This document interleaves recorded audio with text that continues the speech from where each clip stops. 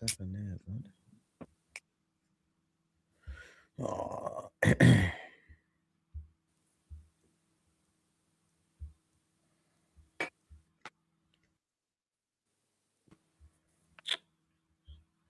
I don't know what's going on here, man. Give me 1 minute.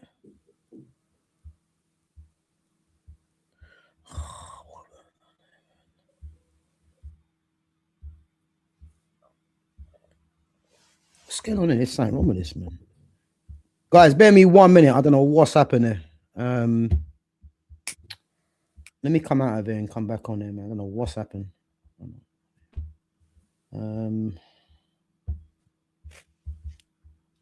This stream thing's taking over my thing.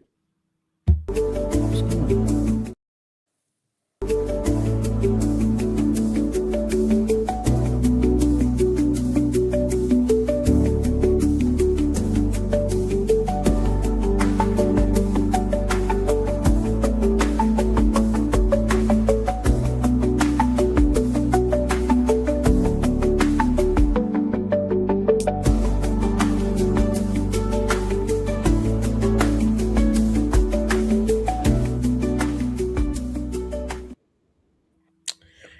Yo, what's happening, people? And welcome back to GavGoesIn.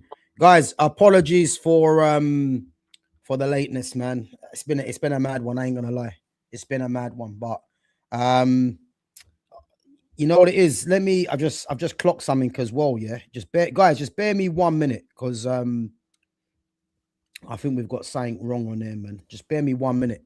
But guys, yeah, make sure, yeah. I've just clocked it, yeah. The last week's overlay, innit? Oh, listen, man. Listen, it's been one of them days. But guys, listen, we are gonna do our Premier League all-time 11 prediction. I know you guys obviously must be thinking, you know, what's this underneath the screen? It's the wrong one, but it is what it is. We will get that changed. Don't worry about that. But big up, man. We got Fitz on, we got Jonas on. How you, man, getting on? Yeah, man. Good. Just choking. Oh, you're right there, man. Yeah, man. I tried to tell you I'm a quick little gummy in it. I choked on it quick. Yo. Yeah, man. Boy, listen. Go on. Are you man been? You man been all right? Yeah, blessed. Good. Yeah, good, man. good. Same old same. Can't really complain. Yeah. Jonas, how you been, bro? Yeah, all good. Yeah. I hope you've got your little list together. No, don't worry about that. I got a little list and that.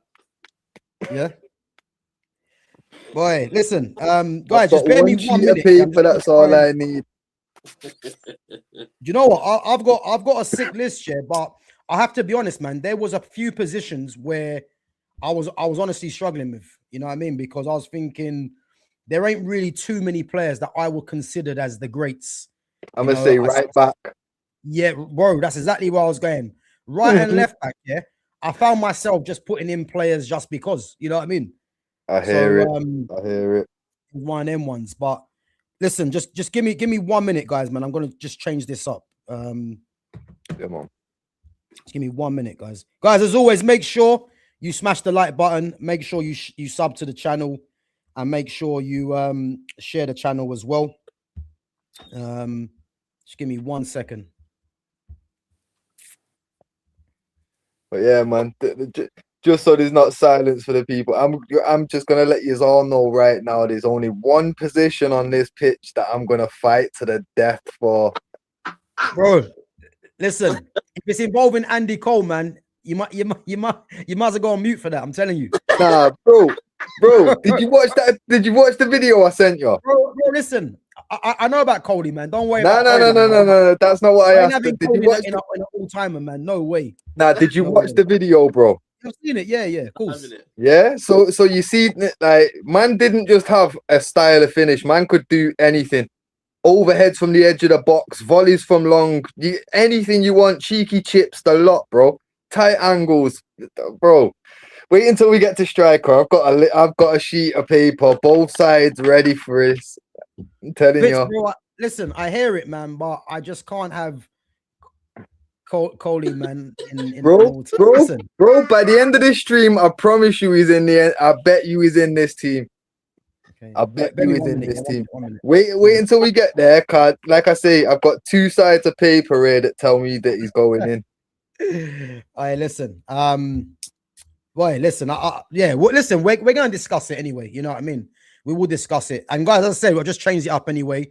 So listen, all-time Premier League 11, North London derby talk, weekend fixtures.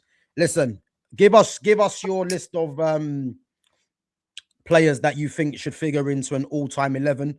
And as I said, man, it's gonna be a good one.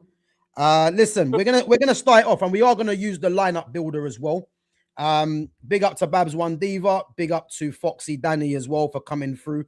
And listen, we are going to use the live builder to go through our team. First and foremost, guys, what do you guys think in terms of formation? I'd say, with it being Prem, it's got to be 4-4-2, hasn't it?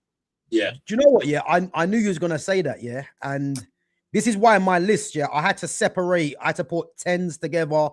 I had to do midfielders, wingers, and then strikers because I had a feeling you was actually going to do that. But the thing is, if we do 4-4-2, for me, we've got to go with 110 as a striker. Fair enough. That's how it works best. You know what I mean? Fair enough. Jay, what do you reckon, man? Do you reckon it should be a 4-4-2 or what? I'm happy with a 4-4-2. We can go with a 4-4-2. Yeah. Let's keep it old school. It's old school Prem, innit? Let's keep it old school. It is. Thank God no one went with a 3-5-2 or nothing like that. You know what I mean? I was getting kind of nervous, man. I ain't gonna lie. But cool. All right. Well, let's go through it. Yeah, because I got my list. Yeah, and as always, we are gonna decide on one player for each position. And I think in terms of the goalkeepers, again, I'm gonna say my list, then you guys go for your list, and then we kind of debate on who we should put in there. So I've gone for Peter Schmeichel, Edwin van der Sar, David De Gea, Petr Cech, and I'll put Alisson in there as well. Fitz, what you got? Bro, I'll tell you straight, with keeper, there's 2 people, that's it. There's Edwin or Peter. It's Bro, I was gonna say that, yeah, but I had to be fair, to be honest. Nah, I hear it, but I don't think anyone can argue like from the start of the Prem, Peter was the dominant one, you know what I mean? And then we struggled to replace him. Barthez, a few other men came through. And then when we got Edwin van der Sar, that's where consistency, like, I swear there was obviously everyone's gassing up Arsenal's 4 games without conceding a goal and that. Yeah. Bro, you know, Edwin had a 15-game streak, no goals conceded. I swear that was the treble winning season? Nah, we should have won the treble. It was when we won the Champions League, though. Yeah. Okay. We got beat by Portsmouth in the FA Cup, innit? But it should have been a treble. Right. But yeah, man. Obviously, what? Your list contains 2 people. Yeah, for the keeper, Edwin van der Sar or Peter Schmeichel. Jay, what you got in there? I hope you're not trying to sneak in Pepe Reina or something like that. You know what I mean? No. Give me credit. The only other 2 I've got different from you is probably David Seaman. Yeah. And Edison. Like Edison with that City squad. I know people will go, yeah, but some of the balls he's played and some of the saves he's made, I throw him in there. And then you know what? I was actually thinking of David Seaman, funny enough. Yeah. But I thought to myself, with David Seaman, I mean, this list is difficult. And I thought, if I put David Seaman in, who's to say, you know what I mean, that you can't put in someone like a Pepe Reina, really, you know? Maybe a Joe Hart, probably, you know? Joe, good shout. Joe Hart's definitely a good shout. But them guys there are not really, for me, they're not really elite goalkeepers. I think they're just good goalkeepers. And again, with Edison, I think Edison's good, and Edison's probably the best ball-playing keeper that's ever been in this league. Yeah. But I don't think Edison was that great of a shot stopper. You know what I mean? To be fair, I feel like in the league, there's only ever been one other keeper that could potentially come into the convo, and that's Cech. because conceding 15 goals in a season is crazy. You know what I mean? So, but nah, I just don't think he is anywhere near Van der Sar or Peter Schmeichel, unless if we really wanted to give it to someone that's not a red. Like, I know Donnarumma's brand new, but we know he's going to be here 5 years, and we know the quality. It could be Donnarumma. Yeah, I agree, and the thing is as well, I actually struggle to get any, even in all the positions, and it shows you like how much football's dropped off, because I actually struggled to get any sort of any more than probably, I think 5 players it might have been in this all-time 11. Yeah, and I bet you don't really even get a sniff. These guys have longevity. Don't get me wrong, but I struggle to get any players from the recent era in there. Yeah. No, I can believe it, bro. And like the ones that are up for contention, they're not gonna come close to the others that are in that position that have been there.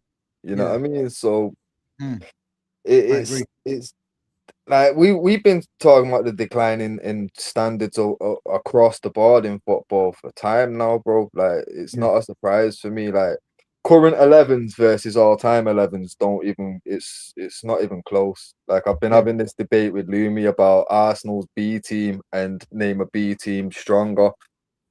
Bro, I've named a few. You know what I mean? It didn't take me as long as Lumi thought it was gonna take neither. But for me, I feel like with keeper, Peter Schmeichel, Edwin van der Sar were the 2 absolute standouts for anybody. Like, neutrals have to agree. Like, Jonas, honestly, if you was having to name your the best Premier League keeper objectively, who are you picking? Peter Cech's in there. Edwin van der Sar's in there. Peter Schmeichel's in there. Like, there's so many good keepers. No, but we're talking the best. But again, it's hard to pick. For me, especially, it's hard to pick a great keeper because I think about a back four that's in front of him. Right. But the first 3 names you named, what are they? The top 3 contenders then, at least? Oh yeah. Alisson, me. Right. So let's we're narrowing it down, innit? It's out of them 3. So let's all take a vote. Out of them 3, who would you go for? To be fair, I already know who my number 1 is anyway. You know what I mean? I think it's not really a surprise. It's got to be Schmeichel, isn't it? That's where I'd go, the big Dane, innit? Yeah, it's got to be Schmeichel, man, for me. Even though he's a prick, I ain't gonna lie. Man's met him in person as a prick. I ain't gonna lie.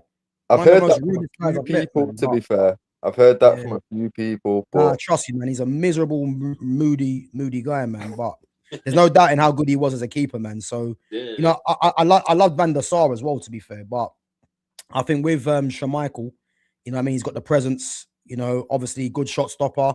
You know, he was a leader as well at the back there. And obviously he was in goal for the 99 win. So as well as being a top keeper, man. So it's hard to go against him. You know what I mean? Petr Cech as well is another name. Petr Cech's a goalkeeper. Do you know what I mean? He's again the big stature of a guy. And and no one can take away that 15 goal season. Like, that's crazy defensive work. You know what I mean? And let's not forget, it's not like obviously he had John Terry and Carvalho in front of him. You know what I mean? Now, Carvalho, to me, great defender. John Terry, at the time, I felt he was overrated. You know what I mean? Like, he was a good, solid defender, but he weren't one of the best in the world. Not by a long shot. So, conceding only 15 goals when you've got Wayne Rooney, Cristiano Ronaldo. That's the thing you got to look at, is you got to think to yourself, as much as it's like, I think personally, Lewis Dunk would have been better in that era than he is in this era. He's that sort of declined defender. Whereas now, nobody's really got those defenders anymore. Nobody's got a defender like a John Terry or like a, do you know what I mean? Nobody's got that sort of defender because the game's changed. So it's almost like John Terry is great. And he's great in that era because that was, like you say, he's coming up against Cristiano, he's coming up against a Drogba, he's coming up against. Do you know what I mean? These guys are they're not small guys. They're big, hefty guys. Yeah. So, Well, let's settle on it anyway. For keepers, because Jay, who you going with? well, we'll go Schmeichel. Schmeichel, yeah. Fitz. Yeah. I'm happy with Peter. Cool, man. Man United won then, yeah. Cool. Say no more. What this isn't even biased, neither. This is going to be so heavy United, but that's because we've had the best players in all positions, essentially. Yeah. But what I'll do, yeah, what I'll do is that I'll put the players in, and at the end we'll share the screen at the end, innit? Yeah. So guys, as I said, we are doing our all-time Premier League best 11. We're gonna go for a 4-4-2. And as I say, get your comments coming in and let us know what players you feel should be in the all-time 11. Right, we're gonna move on to right back. You know, let's get the fullbacks out of the way, because I ain't gonna lie, it was boring, you know. But the list that I've gone with, and I'm pretty sure you lot will probably go with a similar. Big up to franchise as well. Yeah, big up, man, for coming through. As I said, we're doing our all-time Premier League 11, man. So let us know. We're going to go for position. Peter Schmeichel's on there at the moment in goal. So we're going to go right back. The list I've got: Carl Walker, Pablo Zabaleta, Gary Neville. And again, these two guys are playing currently, but it just showed you that the right back berth was, you know, it was a struggle. And obviously one of my favorite players, you know, and I think he's the one of the best right backs in the game, Reece James. And I just put Trent in there as well to make you happy, Jonas. Yeah. So, hey, don't be doing damn well. We know damn well there's nobody like Trent. Yeah, I think with right back here, I mentioned Trent and I mentioned Reece James because it's one of them things for me where just to fill up the numbers. But these two guys, you know, well, especially Reece James for me. You know, he could go on to be one of the best right backs if he does stay injury clear. Obviously, Trent's not in the league no more. So you're really looking at Walker, Zabaleta, and Gary Neville for me. Fitz, what's your list? Is there any other surprises on there? Bro, I'll tell you straight. There's someone that you've probably got on your left back side that started as a right back. I know exactly what you're saying, but I put him left back. We know who's going left back. Yeah, but and he's got the same last name as who's going striker. Yeah. So let's just put the Irishman on the right where he deserves to be. Wait. Because you know who's going left back, bro. That's not even an argument, is it? I know, yeah, but I see. I put him left back here because I thought I might, if I put him right back, yeah, that means you'll be able to get in the other left back that really should be there. But that's what I'm saying. That's why he should go right back, and then the left back goes where it should go. All right. So Dennis Irwin. Of course. Name a better right back in the league than Dennis. Listen, I hear it, man. I hear it. I do hear it. Because I had Dennis Irwin at left back because I was gonna change a few things up. But if you want to do him right, if you want to put him right back, then cool. Because you know what it is? You know what it is, Gav? No, with United all-time 11s, when I think about it, like I can't leave Everett out and put Neville in. You know what I mean? So I always go Irwin right back and Patrice at left back. And it just makes more sense that that's what happens here, innit? Yeah. So who have you got then right backs then? You've got Dennis Irwin. Bro, mine, I have a clear vision. I know there's only like 1 or 2, 3 options in things for me, you know. Like this Dennis at right back. It's clear cut. Nah, Pete. I'll tell you who else I put on my list. You didn't probably go on. Bakary Sagna. That went to Man City from Arsenal. You know what? Do you know what? I forgot about him. You know what? I'll give him flowers. Lauren was good at right back. I can't lie. Yeah, he was. What about he wasn't Dennis. What about Steve Finnan? Behave. Hey, behave. Steve Finnan, you know. Boy. I don't know, you know. I don't know. You know what? right back's difficult for me because you know who I'm thinking right back. Go on. I'm thinking Carl Walker. For me, But I think better in than his Dennis. prime, yeah. And don't forget, Dennis never missed a penalty. Dennis used to take Dennis used to take penalties before Cantona, bro. Yeah, Irwin was sick, man. I ain't gonna lie, man. He was sick. And free kicks before Beckham. Because the thing is, yeah, I already know what the fullbacks are gonna be, so I'm just trying to help us out, man. What do you think for right back? Because I'm torn between Carl Walker and Dennis Irwin. That is my choice. What were you saying, Jonas?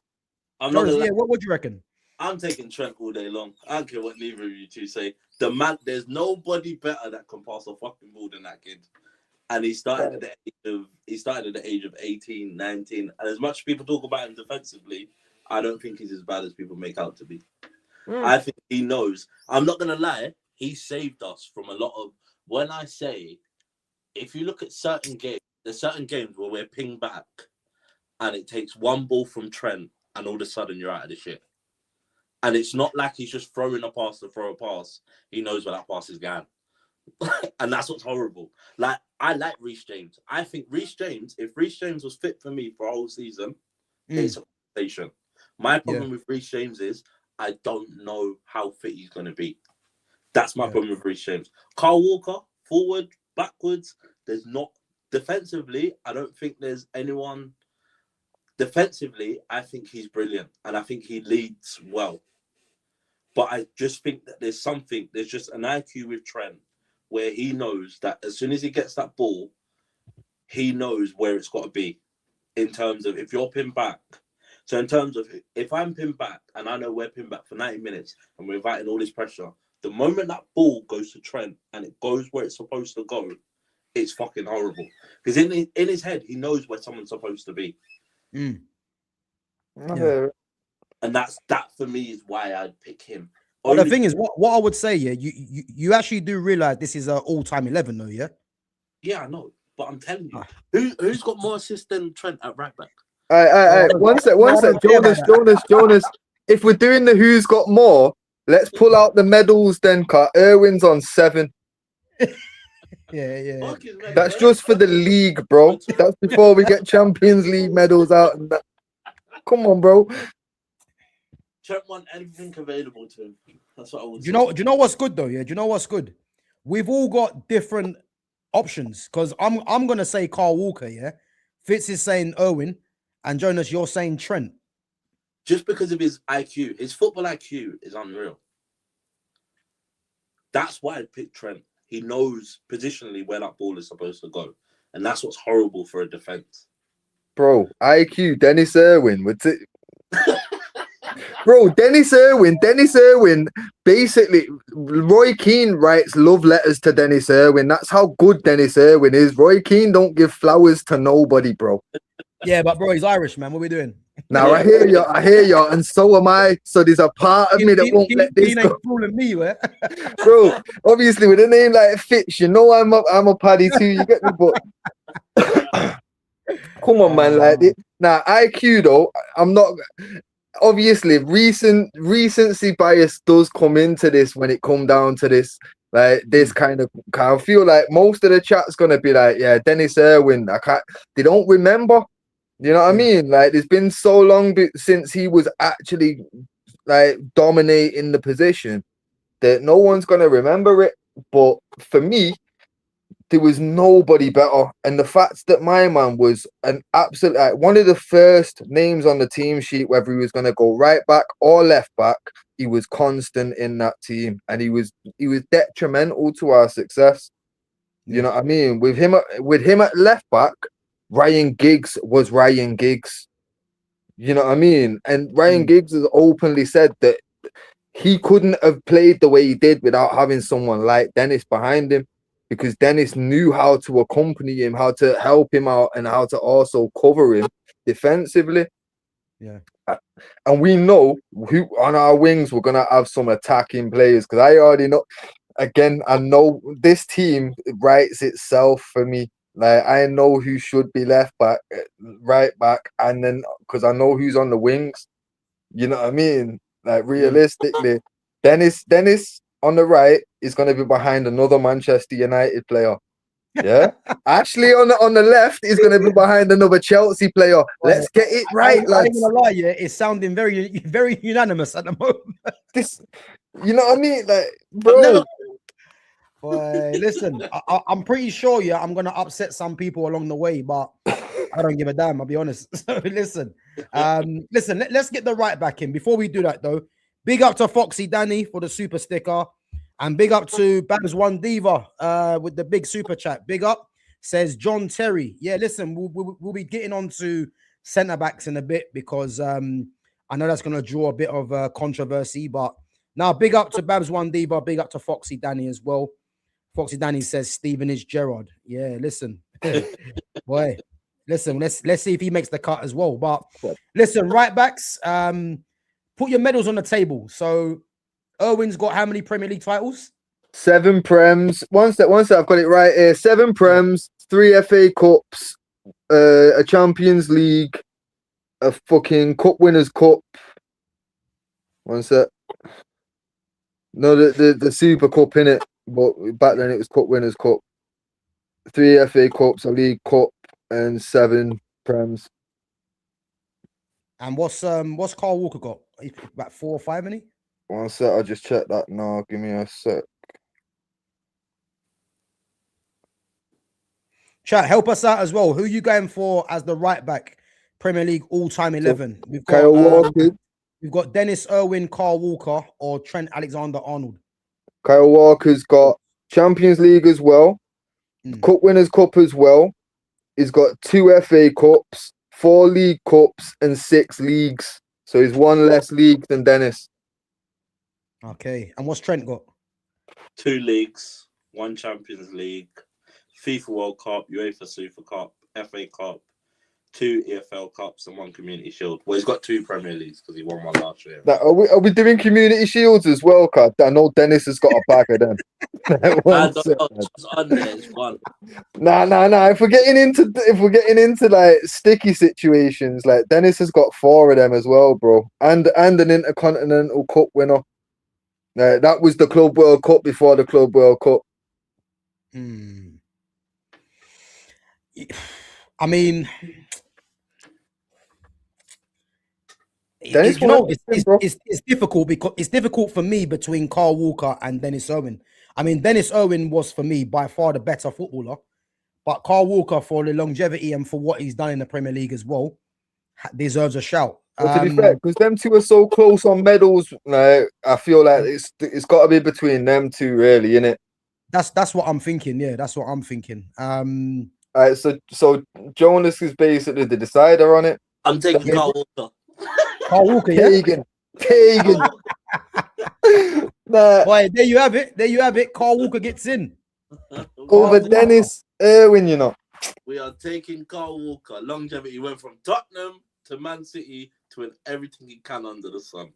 Bro, man went from Bury to United, bro. What we talking about? And won the lot. Man went from Bury. His signing fee was something like 200k, bro. Yeah, I think you know what it is with Dennis Irwin. Yeah, I think unless you've seen him play and see the intelligence of him on the pitch, I don't think you actually respect how good he was. Because when you see fullbacks right now, not one of them better than Dennis Irwin. Not one of them. You know what I mean? So it is difficult, but yeah, it's difficult because I think Carl Walker's been good, so I wouldn't mind between Carl Walker or Irwin. So no, to be fair, like I say, yeah, I can at least understand why he's going in there because he's done just about the same as Dennis. And obviously, like in my head, I'm just gonna put it down to recency bias. That's all. To be fair, Trent was nowhere in there for me, man. I don't know how he. I don't even know how he sneaked in there, man. He made my list just to have 5. You know what I mean, bro? It's like I know he's gonna come into the chat with centre mids and centre backs. I already know what's coming, but I say, not for me, man. Not for me. No. Yeah, exactly, bro. I don't see a Liverpool player in this team. Boy, well, we're gonna see. Let's move on to left back anyway. I think left back's gonna be pretty simple because I had Dennis Irwin down, and Dennis, apologies, Dennis, man, but you missed the cut. Well, So, yo, because let's put him back in the chat for this. Wait. He's in both brackets, bro. We could be, bro, both. Dennis, I'm sorry, yeah, but because you didn't make it right back, man, we can't put you at left back either. So you didn't make the cut, big man, but unlucky, you know. But listen, Dennis, I'll always love you. Left back, if we're being honest, yeah, is gonna be between two players for me. But I put Andy Robertson in there because I was struggling. I ain't gonna lie. Gail Clichy was decent. Gail Clichy in there. I put Clichy in there more or less to make up numbers, if I'm honest, yeah. Obviously, Dennis was in there at left back, but he's out of there. And then obviously you've got Patrice Evra, Ashley Cole. Yeah. Okay. I mean, can you boys think of any other players? I got two for you that you haven't mentioned. Leighton Baines? A man that once broke another man's foot from a free kick. Dirty left foot, Ginger. Ginger. Oh, Risa. Nah, Risa in the top all-time left backs. Wait, John Arne Risa, and I put Alonso in there as well. Yo, use man are sleeping still. Marcus Alonso, bro. These man are sleeping. Gone. It comes down to two people. It's Ashley Cole or Gareth Bale. Nah, bro. I put Gareth Bale in left wing, see. Nah, Bale's on the wing. Yeah, bro, we didn't play. Bro, we played left back in the Prem. He played in the wing in Spain. I know, but the thing is, yeah, where Gareth Bale excelled, yeah, was when he played on the wing. Left wing. So yeah. In Spain, that don't count for me. Okay. So that's funny you say that, yeah, because I've actually got Gareth Bale down as right wing rather than left wing. Nah, cause for me, I'm not doing inverted. We're doing old school, so it's real talk. This will be messed up. I ain't gonna lie. Real talk, bro. Yo, we got Cristiano on the right, and we're going Giggsy on the left. And if we're not going Giggs, I'll concede for Hazard. But that's it. Hey, I'm gonna throw a spanner in the works on that attack. Yeah, I'll be honest. Listen, let's just make it easy, yeah, and just because Gareth Bale for me is not playing left. Do you know? Right. Do you know who else we forgot? Who I think is unsung? Leighton Baines. No, is unsung in Man United's history. Valencia. But right back. Is he right back? I thought he's yeah. No, right back. I hadn't done left back. Nah, listen, he ain't getting my team. He ain't getting my team. Nah, you know what? Because you know what? He only got pushed to right back because he weren't the player that he used to be. He got pushed after the injury. After the injury, he come back and he weren't the player that he used to be, so he got put back in it. Yeah, he was the most basic of wingers I've ever seen in my life. Basic of wingers. But the thing was, we bought him for his pace. Once he got injured, he come back. He was quick, but he didn't have that lethal pace that he did. He was deadly at one point. But for me, if Gareth Bale's not going in at left back and he's not even in that bracket, then for me, it's Evra or Cole, and that's not even close, really. I'm not gonna lie, I'll give it to Coley.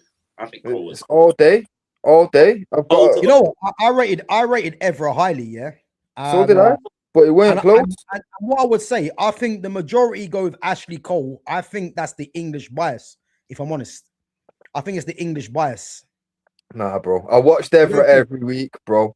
And Ashley Cole, I hated coming up against him, even when he was younger at Arsenal. I hated bro. He was a nightmare to deal with. Absolutely. And the thing is, like, he killed everything down that right hand side of ours. You know what I mean? Like anything that was going towards him, he shut that shit down. Cristiano had nightmares about him, and that was peak Cristiano. You know what I mean? Nah, Evra was top quality, but for me, like I say, he wouldn't go in at left back if Dennis has to go left back. You know what I mean? In a United team, the only reason that I do it is because I know, okay, if Dennis is going in one of them, it's either Gary Neville or Patrice Evra, and I'm going Evra every day because that's how good Evra was. Like, Gary Neville doesn't even come close. You know what I'm saying? I hear it. I do hear it. I do hear it. Nah, man. Ashley Cole, it's got to be. And to be fair, I can't say a United player. Well, I could say it every time and not lose sleep, but I've got to try and keep it kind of real, innit? Balance. Yeah, man. Let's keep it 100. Ashley Cole was a beast, bro. Cool. All right. Well, let's move it on anyway. So we've got 2 English fullbacks, Peter Schmeichel in goal. Let's move on to centre backs. Now, obviously, I'm gonna pick a centre back pairing, and again, this is not based on for me the partnerships that play together for their clubs. It's just the single best defenders to pick from. Now, my list here, which is weird, doesn't contain a single left-sided centre back, a left-footed centre back. Which is mad. And I'm hoping you guys have got a bit of a different list to me, but obviously I've got the usual suspects coming up, and we've got Rio Vidic, Yap Stam, John Terry, Ricardo Carvalho, Virgil van Dijk, Sol Campbell, Tony Adams, Vincent Kompany, and I've put Ledley King in there. I was about to say you put Van Dijk in there and no Ledley. Ledley was always going there. The only thing with Ledley, he was injury prone. He's injury prone. Ledley King for me was as good as John Terry and Rio if he stayed fit. All day. Yeah. What have you lot got on your list? Bro, I'm not gonna lie, my list is a lot shorter than yours because I'm cutting about 4 of them names out. My list is one of them Virgil. Of course. That was the first name drop. But nah, for me, one of the spots is already taken by Stam. So then it's who's going next to Stam. And for me, there's nothing scarier than thinking about Stam and Vidic next to each other. That would terrify any striker. But I will throw it out there that because when he come to Chelsea, he played at centre back. There's 2 there, Desailly and Frank Leboeuf. Oh, do you know what? Didn't even think of Desailly and Leboeuf. Desailly has to be in there, but I think Desailly more or less come to the Premier League, on the back end of his career. So that's why I probably kind of forgot about him. No, well, that's the thing. People think that because obviously that was the perspective of back then. Like he signed at 30, bro, 29 or 30. That wasn't ancient. That's peak years now. You know what I mean? And for a guy that was a defensive-minded player, it wasn't a bad age. It was the fact that when he come to the Prem, it took him a season and about 18 months to adapt to English football, and he said it himself in interviews after it, innit? It took a while to adapt, but once he adapted, he was kind of already wrote off. Back then, players didn't have fucking 40-year-old match. You know what I mean? Like, Cristiano's out there at 40 and that still kicking ball like that. That was unimaginable back then. But Desailly, he was still in his prime, bro. And just to throw it out there, do you want to know who he said was his most difficult opponent in the Premier League? Who's that? Andrew Cole. He actually said it was one of the most difficult fucking strikers he had to deal with in his career. Who? Do you know what? I actually think I heard about that. Yeah, but then again, Desailly was coming to the end, man. So he could have said anyone. Bro, listen. All right, let's get through this because I need to get to Andrew Cole. We got to Coley, yeah, but I ain't doing this Coley thing today, man. Because bro, I've got 2 sides of the sheet ready for this. Wait until we get to striker, bro. You're gonna have to eat your words. Don't say too much, Gava. Don't do it, bro. Don't. I'm telling you. Wait, because this is the thing. This is the thing about back then that I'm trying to say about recency bias, bro. People forget. Yeah. There's a lot of records that right now people gas about that Andrew Cole is still the joint holder of. You know what I'm saying? And if not the joint, the second in the list. You get me? Bro, Cole's not getting it, bro. I'll fight to the death, man. Bro, bro, wait until we get to striker. Andrew Cole is in this. I'm telling you. All right. Listen, we'll save Cody for later, yeah. But I'll tell you this now, man. This 11, yeah, it's not happening for me, man. As much as a fan I was of Andy Cole, man, I ain't gonna lie. Man used to have them little troll things. Yeah. I had Cantona and Cole. Man. I love Coley, man, but never did I think Coley being a top 11 of all time. Bro, nah, man. yes. Doing it. Yeah, wait until we get there. I promise you, and I'm giving you all the reasons why when we get there. Cool. All right. Well, listen, centre backs. Yeah, I think one thing I do agree with you on is Jaap Stam has to be there for me because, you know, Jaap Stam for me, I don't care about longevity. Yeah, for me, he's been the best defender that I've seen in this league. He was an absolute animal. Like he had literally everything. So Jaap Stam for me goes right side centre back. The left side centre back. Jay, who have you got on your list? Because I think this is going to be tough too. Who's going to partner in? I got similar to you. So I got Vidic, Van Dijk, Carvalho, Company, and John Terry. I'm not going to lie. Vidic, Van Dijk, and who else? Vidic, Van Dijk, Carvalho, Company, and John Terry. I'm not going to lie. I'd take Company all day long. Right. So, bro, that's exactly who I was going to go with. I'm taking Company all day long. That's exactly who I was going to go with, Company. The man knows how to strike a ball, and the man will destroy whatever striker you give him. And as much as we hate it, what I would say just quickly to try to cut you up now, what I would just say, there's honorable mentions though for someone like John Terry because to be honest with you, John Terry had no pace, but in terms of his leadership, positioning, you know, his passing off both feet. I mean, it's very difficult to kind of not go with John Terry, But obviously, the man's had a couple of misdemeanors in his career as well. So maybe he might just miss the cut. But now, you know what? John Terry was a top defender. He was. And again, the same with Rio as well. I think, again, mentions for Campbell and Adams, Carvalho as well. Yeah. Van Dijk, for me, is a better footballer than Vincent Kompany. But Vincent Kompany, for me, and again, honorable mention for Ledley King. I think Ledley King just misses out because he was more injury prone than all these other defenders, so you couldn't really see the best of him. But in terms of who partners Jaap Stam, I have to look at Kompany, and you know I look at I'd prefer having a left-sided centre back for balance, but I look at Kompany in terms of what he's won, his leadership, you know how long he done it for as the main centre back for Man City. Yeah. I know Fitz. I know you like Vidic, Bro, no, not even that. If that's the argument, could you not say the same about Rio for every single thing you just said? 100%, yeah. Rio's a better footballer than Kompany, but I think Kompany. But saying that, can I make one point? In saying that, where was Rio at the same age as Kompany when he was at Man City, still at his highest level? Bro, we signed Rio at something like 19, bro, for a record fee. Yeah, that's where he was at that age. No, we're not debating that. I'm talking about towards the back end. So towards the back end of his career, towards the back end of Rio's career, when he's like 31, 32, and he's with QPR. Meanwhile, things still doing it with Man City at 33 and 34. Bro, the only reason he went QPR was because he knew no one was going to sign his brother for United. He wanted to play with his brother for a year. And that was well documented. He actually said that's why he went. He went to QPR because he wanted to play with Anton.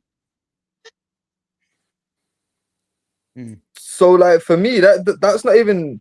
It's like saying, like, Dennis Irwin couldn't be in the chat because by the end of his career, he was playing at Wolves.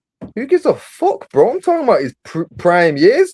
We're not talking about we're taking these man now at this age, because if that's the case, Schmeichel's not going in net. Give me fucking Edison or Allison.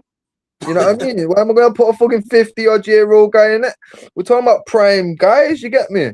If we're talking about prime guys, Rio, for me, everything that you're saying about Kompany could go for Rio, but for me, Rio's not even the guy. I personally would go Vidic, but you know what? I wouldn't even debate it if a man said Campbell. I'm not like, but but you know what it is, I'm more basing it on what defender was complete. You know what I mean? And if I look at all these defenders, in terms of complete defenders, Jaap Stam was complete for me, and then I would say Van Dijk in his prime was complete. I would say Vincent Kompany and Rio John Terry for me was a top defender, but lacked pace. Yeah. Ledley King again had everything. And big up to Will Drake. Will says Ledley King. Yeah, listen, Ledley King is definitely in our list, but the only reason why Ledley King is just missing out is because for me, the injuries. But I have no doubt, yeah, if Ledley King would have stayed fit throughout his whole career, you'll be talking about him as probably the best defender that England has produced, in my opinion, because Ledley King was ridiculous. Weren't he like one of the quickest players in the Premier League at one point? I can't remember, but one thing I will tell you, if you ask Thierry Henry who was the toughest defender you played against, Henry said Ledley King. I could Henry believe said that. Ledley King. You know what I mean? Yeah. And as I said, Ledley King was ridiculous, but the injuries kind of stopped him from having that kind of career. So that's where I'm looking at. I'm looking at complete, Vidic wasn't complete, just like I think Vidic was very similar to John Terry.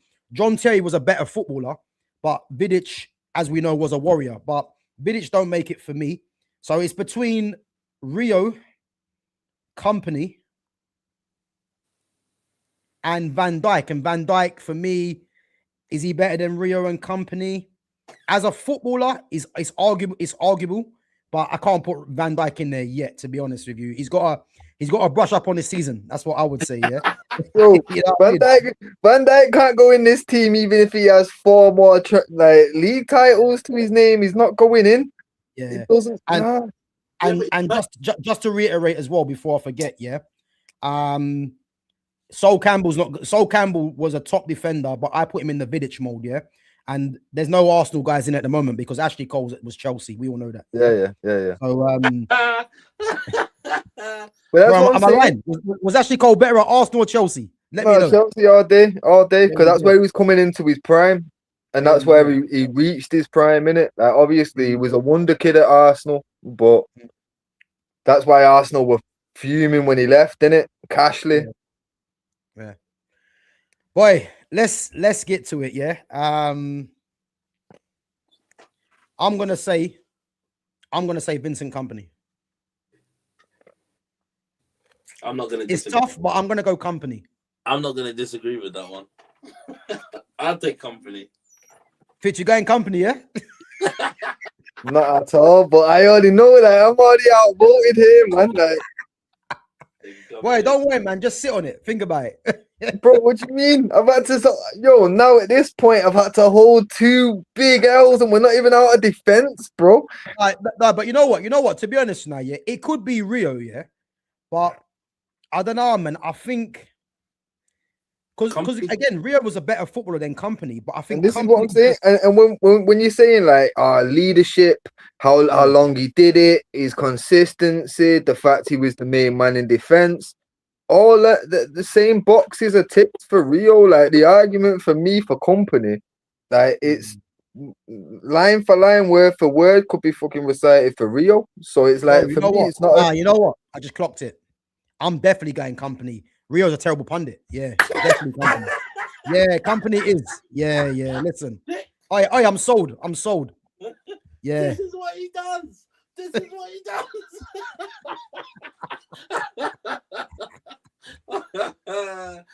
Taking it. Yeah, it's got to be Kompany based on that, man. Yeah. Bro, we're not even halfway there. My head hurts already, man. You know how bad it is now, yeah? Like Stam and Kompany haven't even got a picture on their feed. I'm to add them in manually. No. Boy, listen. So at the moment, guys, we've got Peter Schmeichel in goal. We've got Carl Walker right back. We've got Ashley Cole left back, Chelsea. And we've got Yap Stam and we've got Vincent Kompany at centre back. Let us know, guys, in the chat who you think should be in the all-time 11. Right, we're going to move on to midfielders. I know this is going to create a lot of debate. Yeah. Now, too many bits. This list there, yeah, and I'm just going to tell you right now, yeah, just to save all the nonsense, yeah. Paul Scholes is going there right away. So like we got one. There we go. There's a W for Fitz. Yeah, bro, listen, I ain't gonna play games. I ain't gonna play games. Paul Scholes in there right away. So we're battling for one position. Yeah. So all right, I'm with you. So Patrick Vieira, Cesc Fabregas, Michael Essien, Claude Makelele, Frank, and again, this isn't DM, just central midfielders, yeah? Frank Lampard, Steven Gerrard, Xabi Alonso, Paul Scholes, Roy Keane, Paul Pogba, Michael Carrick, Rodri, Fernandinho, Modric, Musa Dembele. I can't have you putting Dembele in a bracket before putting Paul Ince, bro. Can't we have a Fabinho in there as well, please? Who? Fabinho. Nah, bro. This is central midfielders. Hey! Don't do that. Oh, Fabinho. Yes, Fabinho. I thought you said Firmino. Fabinho. No, Fabinho, please. Fabinho, and then do you know who deserves a special mention? And I think if he'd stayed fucking uninjury prone, it'd been fucking brilliant. Wilshere. Bro, I'll be honest with you, yeah. I'll be honest with you now, yeah. That list that I've just read out, yeah. If I'm looking at all those players in that list right now, Fabinho for me, I think he's too similar. Probably at the bottom. I think he's too similar to Scholes, though. Who? Fabinho. In terms of they're both like to break up the play, innit? Sorry? Don't do that. You know, wait. Fabinho is similar to Paul Scholes. In terms of when you look at the way they play their game and the way they play, because Paul Scholes wasn't that high up the pitch, really, was he? Bro, talk, man. Go on, talk. Was he that high up the pitch? It don't matter if he was high up the pitch or low up the pitch. You just mentioned you've just mentioned Fabinho and Paul Scholes in the same breath. No, and I'll tell you this much, Jonas. Paul Scholes couldn't tackle for shit, so he wasn't much of a defensive midfielder. I'll put it that way, yeah? He made enough challenges. Wait, 1 second. Yeah, let me just get onto the chat quickly before we carry this on. Neymar or Mbappe? Mbappe's nowhere near Neymar. Let's move on. Oh, yeah, 1 second. I'm just gonna make a brew, so I'm gonna black out the cam, but I'm here. Yeah, go on. Bro, so you've said Paul Fabinho is close to Paul Scholes. In I what? didn't say close to him. I said it's a similar ek of a player. Bro, in challenges, and how they were playing. Listen, Paul Scholes weren't that high up the pitch. That's what I'm telling you. No, but I think what you're meaning, yeah, is that Paul Scholes, when he did come back to United, he played slightly deeper. So in terms of the same positions they take up, you're meaning it? Yeah. But I thought you meant in terms of the player. No. Oh, positions. Okay. Positions. In terms of he's a very deep line midfielder. It's not that he's gonna be high up that field. No. It's just when he picks up, he knows exactly where he's looking. He's got the whole pitch to look at. So he's either going side back or he's not gonna go like, do you know what I mean? He's not fighting a 40-yard pass. He's gonna make the simple pass and make it look good. I hear it. And to be fair, yeah, I'll be fair, yeah, if we've got Fernandinho in there, you probably should have Fabinho in there as well. Yeah, do you know what I mean? It's a similar local player. We're all in the same position. So to me, them two are it's a mention, but they're not in the list. If you've already got Scholes, you can't have either of them two, because then you've got too many people that deep down the pitch. It's ridiculous. Yeah. No, Baba, I hear it. The problem that we have though, yeah, if we're doing a 4-4-2, one of them's got to sit. Well, the thing is, I would have Scholes sitting, yeah, but then that just means the player that goes next to him, yeah, because this is where this is throwing this up, yeah, because I've got certain central midfielders in the 10s, but if we're doing 4-4-2, you've got to put in Yaya Toure, David Silva, Wayne Rooney, Dimitri Payet, Coutinho. Because basically my 10s are Bergkamp, Zola, De Bruyne, Silva, Yaya Toure, Di Canio, Rooney, Cantona, Letizia, and Payet. So now, because I don't care what anyone says, this guy has to be in the team, Sure. My two midfielders, I'm gonna say Scholes and Yaya Toure. Yeah. I'd argue that with anyone. I understand. I'm not gonna lie, I did actually put together an all-time Premier League at one time, and even made the image for it, and that was the pairing that I went with at that time. But I'll always admit that it depends on the day when you chat to me like, you know what I mean. Certain positions will always be guaranteed, but when it comes like centre mid, that pairing could change on any given day. You know what I mean, and so could certain wings. The centre backs could also change. Like obviously, one's always going to be Stam, but the pairing might change depending on the day. But Scholes, it has to be in there. And for me, there's only, I'd either say it's got to be Yaya, SCN. I think Gerrard has to be in there as well. Gerrard. No, because that already proved to fail. If we're going to talk about a pairing that's been tried and tested in real life, it's got to be Keane. Because that pairing works. That pairing won us a treble. Or if you're talking about... listen, Keane's not getting there ahead of Yaya for me, man. But that's what I'm saying. Like, that's why he didn't come into... Because if I'm talking just taking the player, it's Yaya or SCN for me. SCN was an engine. People overlook what SCN did because Lampard was the English star boy and then Didier was the bagsman.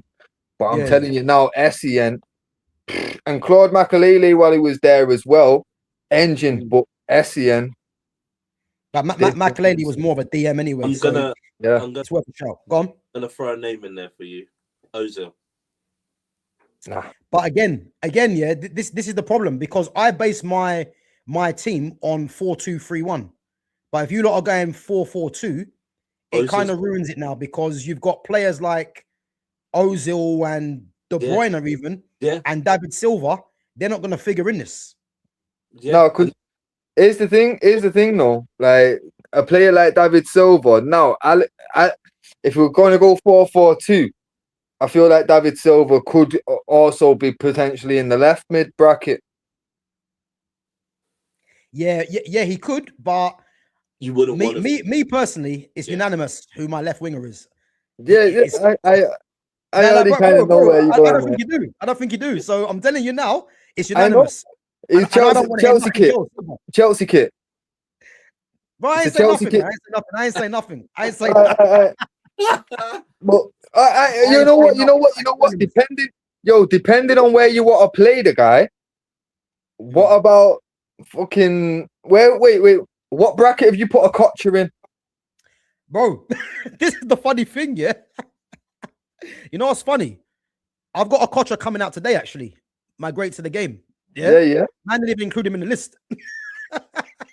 Right. So where's he going? Right mid or centre mid? What bracket we putting him in?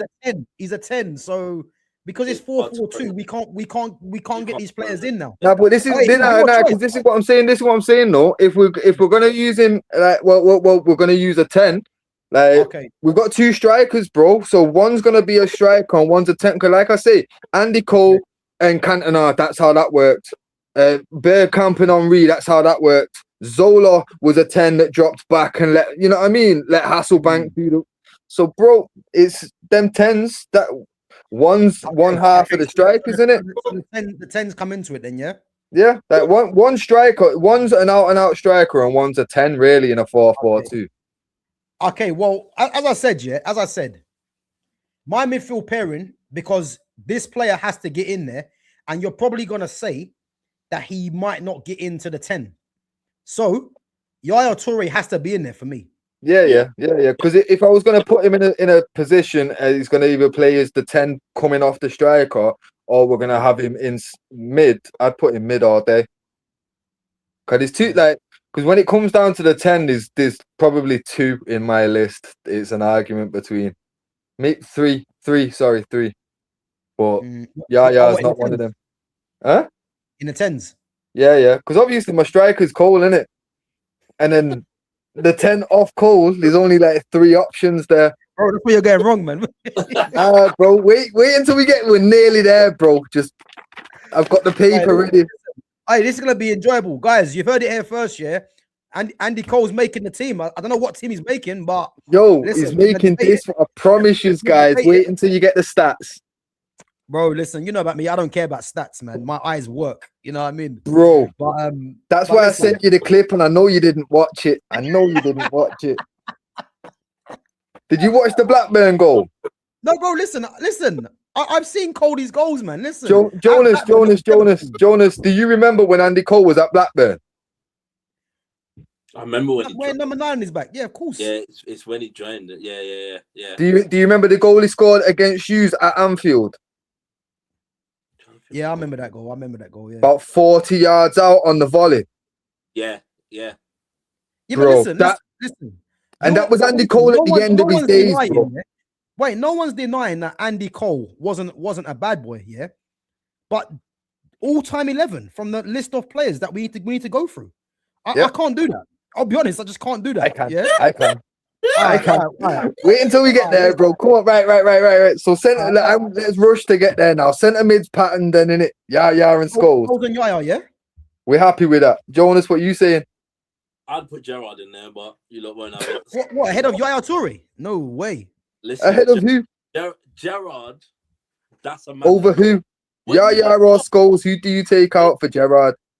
I'm taking out Yaya. When you need a goal, Gerrard is the man that pops up out of nowhere, bro. That's why you got Scholes in. You take out who? Yaya Toure for Gerrard?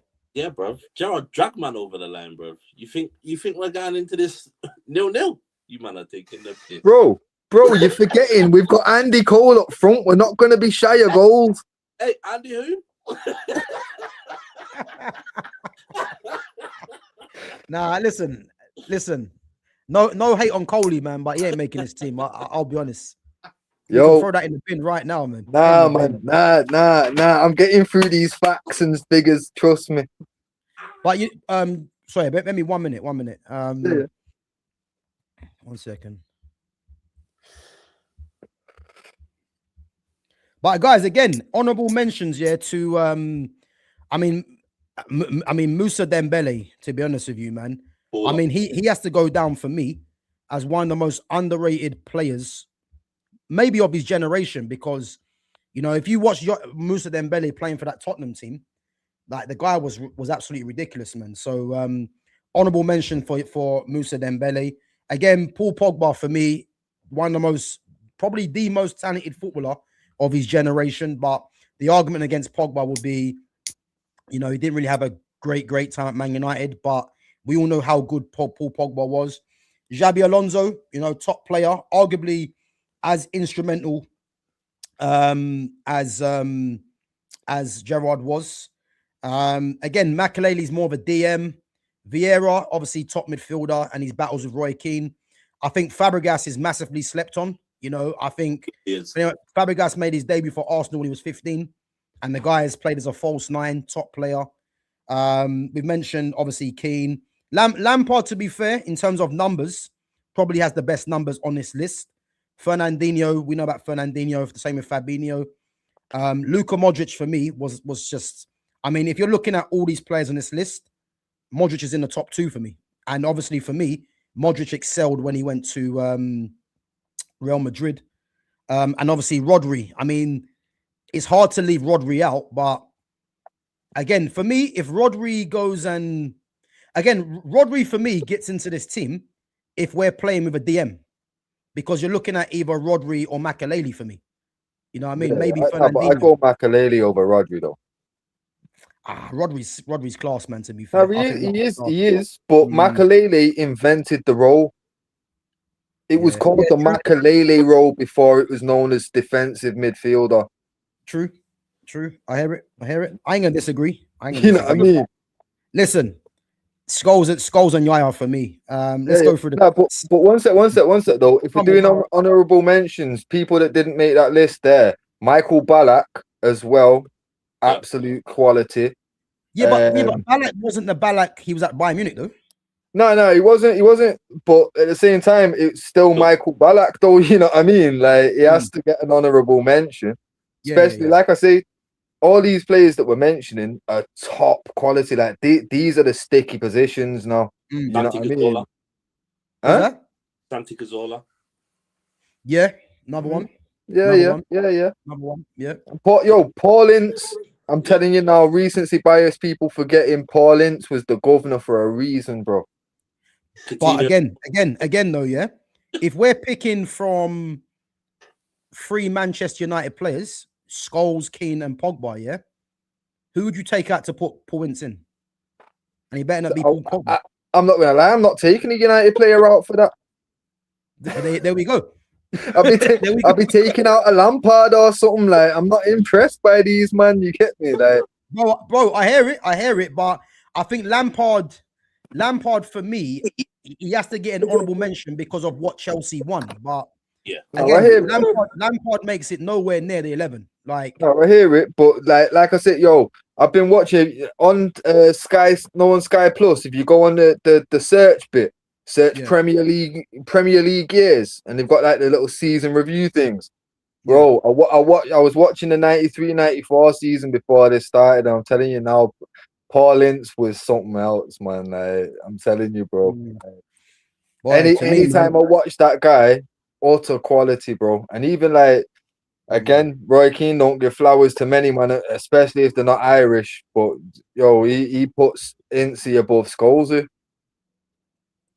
Yeah, but Roy Keane's a terrible pundit, man. So I ain't listening to him. You know what I mean? Now, I hear it, but we're not talking about punditry. We're talking about who we'd pick next to him, and as the best captain that I've ever seen at United, bro. Yeah, I've got to take the way that Roy Keane sees football. You know, he probably picked David Batty next to him as well, man. So I'm not really hearing that, bro. I'm not even hearing that, man. Nah, you know man. what I mean? Now, to be fair, bro, Roy Keane's had some shit takes, yeah, but I'm not gonna lie, he's not the worst of them. He's not the worst of them. He's definitely one of them. You know what I mean? I don't think there's many actually good ones. There's only Henry, really, for me, that's a good pundit. Yeah, man, they're in the bin, a lot of them. I'll be honest. But, Taj Dawson JH says Pau Kabasi or Esteval Willian. I mean, I don't know how you compare a centre back to a winger. Like, that's just mad. But yeah, big up, man. At least you got the spelling right. I do give you that one, though. But I don't know how you're going to compare Kabasi and Esteval. You know what I mean? It's crazy, man. So we'll move past that one. But big up for the chat, man. Anyway, JC is the GOAT. Who's JC? JC or Jay-Z? Jace. Who's that? Me. Oh. Okay, big up, man. Big up. Shearer and Henry up top, end the convo. Listen, big up to Drake Will, but he might be a bit upset, man, because yeah. One man wants Coley, so one of them's not getting in, unfortunately. So Gerrard is leagues above Yaya. Listen, I don't know what you're smoking, yeah, but stop, because there's no way Gerrard is leagues above Yaya Toure. Listen, Steven Gerrard, yeah, was a top midfielder, you know, arguably a one-man army at times. But Yaya Toure was arguably the best midfielder to play in this league. I think people need to go and refresh their minds and just watch what Yaya Toure was doing. Not to mention, this was a guy that at times played centre-back for Barcelona, played DM for Barcelona.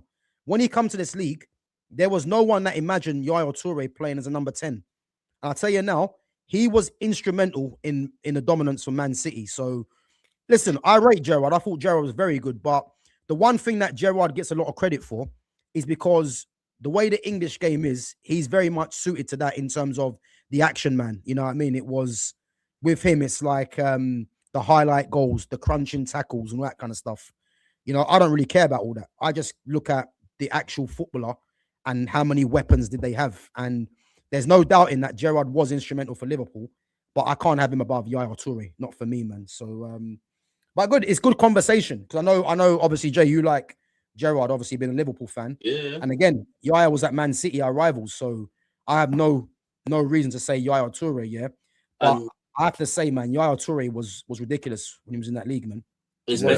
Especially for a man of his height and his stature to be as good as he was. Yeah, I agree. Like, and you know what the biggest violation of that is? The fact that he was only 14 million. Bro, it's embarrassing. It's embarrassing. 14 million, and man came and just dominated. Bro, he was ridiculous, honestly. Like, some of the goals he scored, yeah. And the thing is with Yaya Toure, he had no weakness. That was the thing for me. I look at players, and the best of the best in this all 11. I look at who has the fewest weaknesses, and Yaya Toure had no weakness. He could defend, he could attack, he could head the ball. He was strong, change of pace. You know what I mean? He was technical of both feet. He could shoot, free kicks, penalties, like anything you want, he could do. Yeah. Do you know what I mean? So I'm not even gonna. I mean, I say Gerard, big up Gerard, but Gerard don't get into it other than Yaya Toure for me, man. And that's it, man. Big up to Glossy Pom Pom says Yaya against most midfielders was like a dad playing football with his kids in the back garden. Bro, I hear it, man. Exactly my point. And that's how I felt, yeah, when he was coming against Man United. It was just ridiculous, man. So, yeah, listen, Yaya gets it for me, man, all day long, you know. Anyway, let's move on. Because we're running out of time anyway. Right wingers or right midfielders? Yeah. Now, I'm going to take out Gareth Bale because Bale obviously did start off his career as a left back and then went left mid. If anyone actually remembers, he played as a 10 as well at Tottenham when he was being linked with the Real Madrid transfer before. So Bale comes out of there, and I'll be honest with you, this list is very short for me. And Who have you got? you know, I've got Riyad Mahrez, Raheem Sterling, David Beckham, Mo Salah, Arjen Robben. But Cristiano used to play on the right. But and I knew you'd say that, yeah. But Cristiano made what his name is now playing on the left. In La Liga. In the Prem. Playing on the left for United, if you remember. Only when Giggsy wasn't fit, bro. Like when Giggsy was fit, it was Giggs on the left, Cristiano on the right. Right. Cristiano was bought as Beckham's replacement. Check it though, yeah. Check it. When he started doing the insane numbers, yeah, it was from the left-hand side. I promise you. I hear you, but this is what I'm saying to you though. He was bought.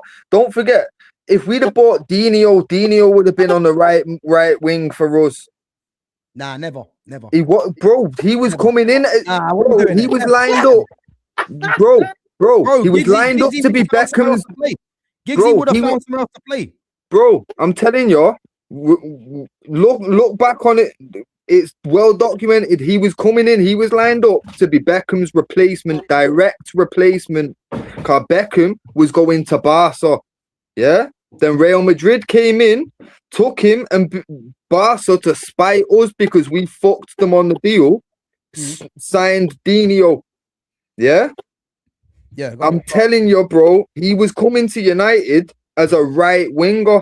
He was going to play right wing. That's why when we didn't sign him, we ended up like having to go somewhere else, got Cristiano instead. And he was right wing. He was a direct replacement for Beckham.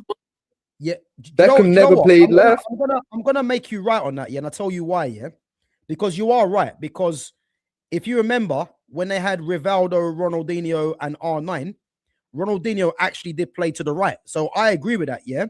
What I would say to that, yeah, because we had Carlos Queiroz at the time, and the way that we played the 4-3-3, which is why you saw Ronaldo, Rooney, and yeah. He would have ended up switching, changing. Yeah. But that's what I'm saying. But when he first got signed, he was signed for the 4-4-2 formation, and that was what his position was until later on when it got switched up to the 4-3-3. Yeah, but again, Cristiano was bought as a right winger. We know that, yeah. But for me, he became Ronaldo, yeah, playing from the left. So I'm not going to put him on the right because it's too easy to go and do that. But that's what I'm saying. And I know what you're trying to do as well, yeah. Because you know what's happening on the left. It's not going to happen. No, because the left is only a conversation between two man. And it's one Chelsea player and one United player. So the right has to be Cristiano. Because otherwise, we're going to end up with two Chelsea players on the wings here, and it does not make sense. Not Chelsea players on the right-hand side. Who do you think of Chelsea? Robben? It's going to be Robben on the right. Nah, bro. You know what I'm going for? Who are you going for? Riyad Mahrez. No. Baller. Riyad Mahrez I'm going with.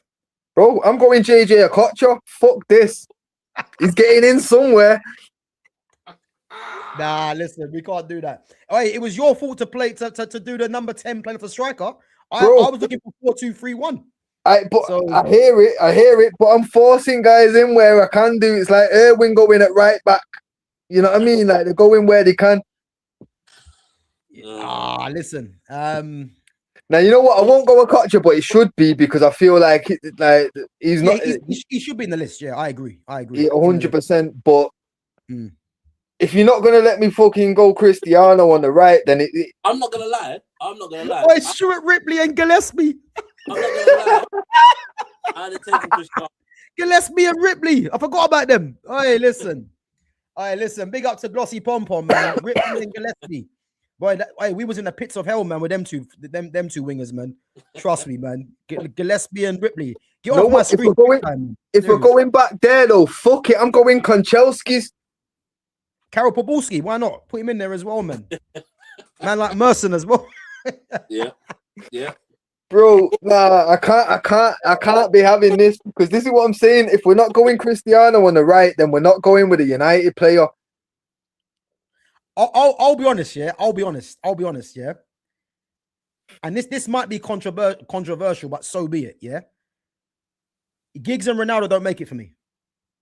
Giggs doesn't. For me, the left is between Giggs and Hazard, and for me, it's Hazard. That's why I'm saying it's got. You're damn right. Right. So for me, it's got to be Cristiano on the right and Hazard on the left. Wait, Hazard's going in now. Bear me 1 minute. I'm not gonna lie, Mane would have been in that conversation for me. He's in the list. He's in the list, but there's no debating Hazard for me, man. 27 goals without any penalties. No, I hear you, and I've got stats for you about with no penalties. Trust me, we're coming there, we're getting there.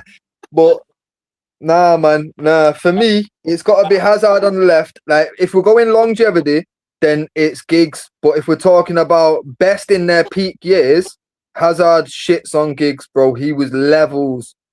And what hurts even more was he was meant to be a United player.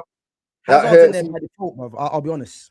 Yeah. But if Hazard, but that's what I'm saying. If we know Hazard's on the left, for me, Cristiano on the right, Hazard on the left, is that not the most crazy wing? Listen. We can't be putting Ronaldo on the right because we know Ronaldo didn't become Ronaldo playing on the right. That's my point. If he was hitting the numbers that he hit, yeah, on the right hand side, there's no debate. But he was doing that on the left, and unfortunately, it's either going to be Hazard or Ronaldo.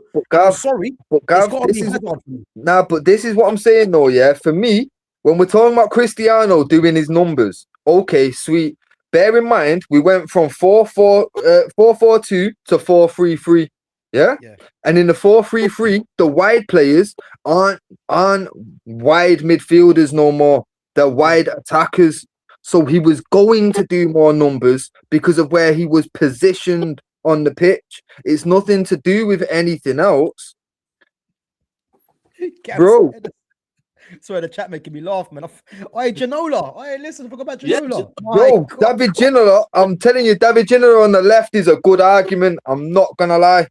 It is. Morton Gans Pedersen, you know. Jesus. And you know what as well, considering we didn't mention him, because we didn't mention him in centre mid, he also went on the left for England most of the time. Paul Gascoigne should be in with a shout still. Yeah, I hear it. Yeah. But, you know what? This is difficult, you know. And you know what, Jonas, I'm doing your work here. Where are you? You're sleeping. You, Steve McManaman on the right hand side was a fucking demon. I'm not sleeping. It's just I know he's never gonna get in. But you've got to back your guys, though, man. Hey, he might get in La Liga. Exactly. And I was waiting to hear a next right side midfield right winger from your side as well, bro. But you stayed awfully quiet. Listen. I'd have happily given you Salah, but we're not doing inverted. What about Antonio Nunes? Darren Anderton, you know. My God, Darren Anderton. Sick note, you know. Remember that was his nickname, innit? Sick note, cause my man was never fit. Yeah. Listen, let's come to a decision because. So what's the bracket? What's the bracket you're giving me for right then? Because you know what it is now. You know what it is, yeah. This is actually weird because because we're playing 4-4-2, because Hazard wouldn't work in a 4-4-2 as well as he would work. He's not. Yeah, he's exactly. So we're actually putting players in positions where they wouldn't really thrive in a sense, yeah. But I'm just basing it on. That's why I said 4-2-3-1. Because but this is what I'm saying though.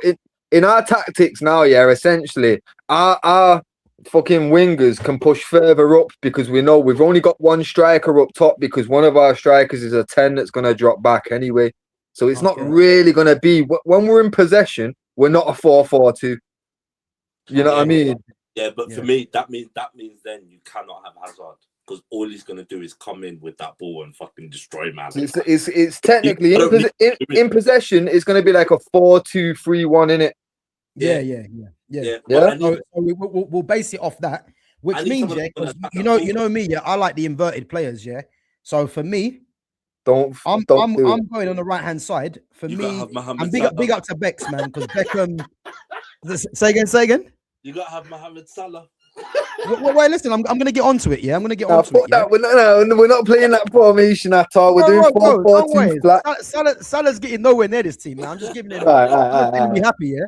But what I would say though, big up to Beckham. Obviously, 4-4-2 Beckham, right midfield.